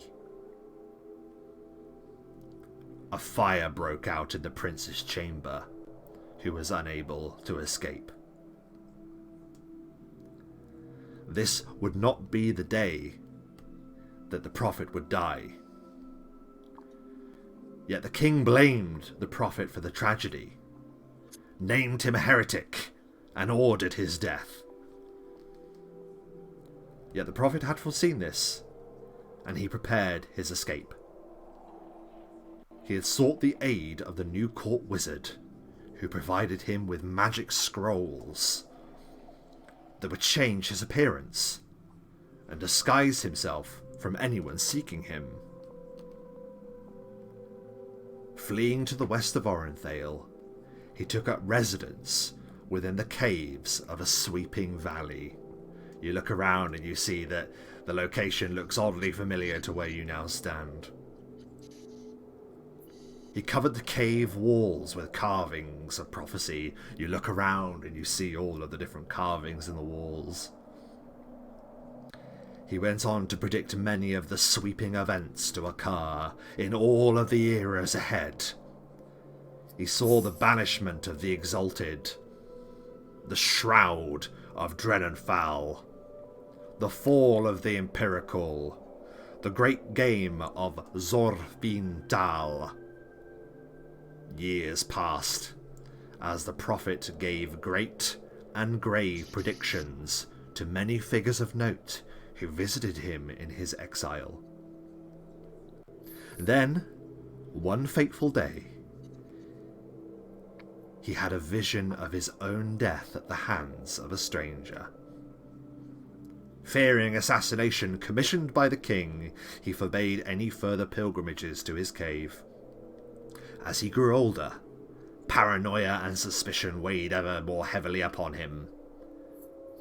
One day, now old and bent, the prophet spied soldiers approaching his cave, and fear got the better of him. He took up his remaining scroll the court wizard had given him, yet he cast too hastily.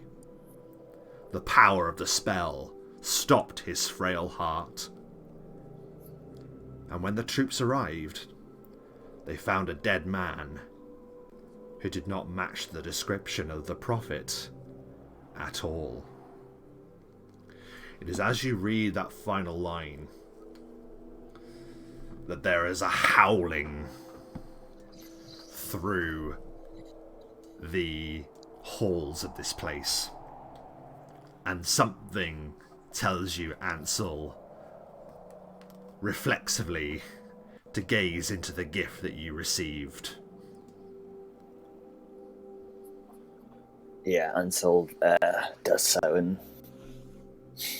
takes out the little mirror shard and looks into it. Inside you see 4 colossal columns of stone, and standing before them is a figure that you recognize. Tall, pointed ears, gnarled green skin and glowing eyes. The Githyanki glares at you, Ansel, as you approach him in the very, very near future. And that, I think, is where we will leave our session tonight. So,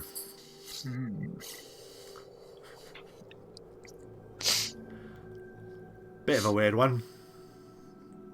Yeah. The power of prophecy, man. The power of prophecy, man. Absolutely. I'm just trying to bring us onto a different thing on the map. There we go. Yeah, so we're going to wrap up here then. Before we do so, God, this is taking a long time. There we go. It's been quite well behaved today, actually, in comparison to other times. There we go. So I think we should probably have a little bit of a run around of any particular thoughts you might have about today's session. We'll start with Silaster.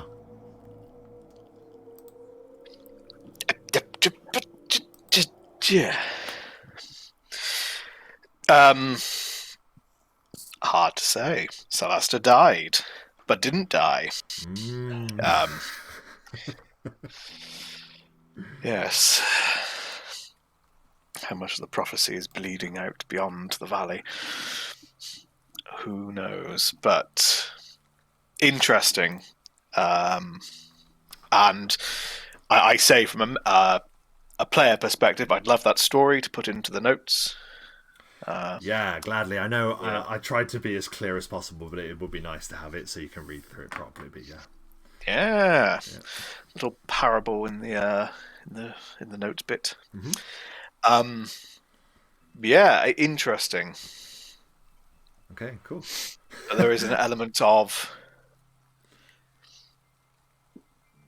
what is that?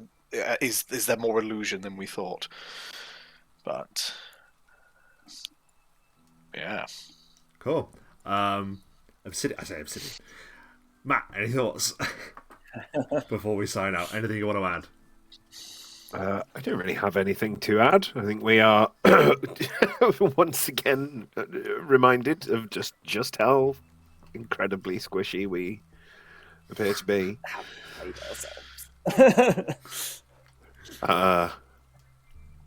Yeah. Remember, if Salastar dies, he has braces of armor, which I don't think any of you would benefit from because you've got chain shirts on. But just remember. Yeah. But no, I don't really. I mean, as far as Obsidian's concerned, I mean, he's just completed a short journey.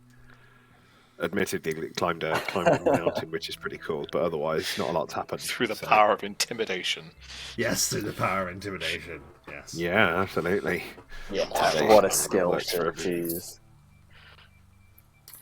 Cool. Spot on. Finally, Dom, any thoughts? As that was sort of through your character's eyes today. Yeah, that's what I was going to say. Like, in terms of what Salastar and Obsidian went through in that session, it was relatively short. Little journey, had a little bit of an argument outside a cave, cracked on. Like, for Ansel, he had a real roller coaster of a session to himself, and it was fraught, definitely, an emotional. I don't think he's felt fear for a long time, so that's something, and some of the stuff he's seen and done have been an interesting time for him, especially some of the things said to him, possibly even more damaging to him than what he's seen. So yeah, very interesting session for Ansel, definitely.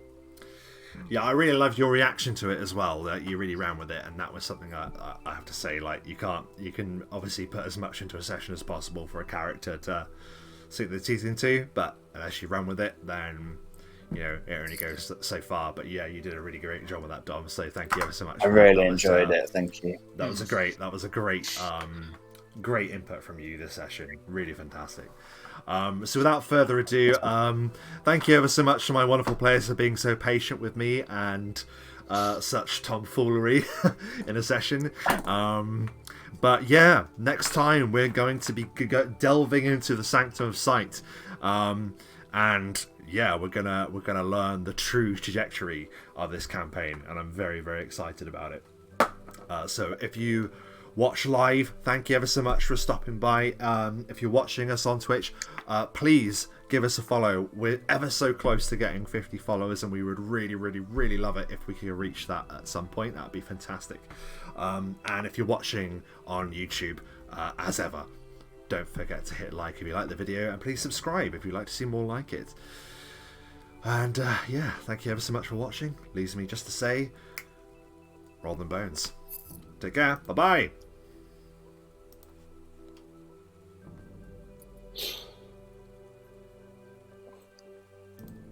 Keep waving.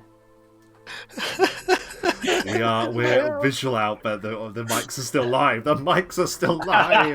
Oh God! Oh God! Don't say anything.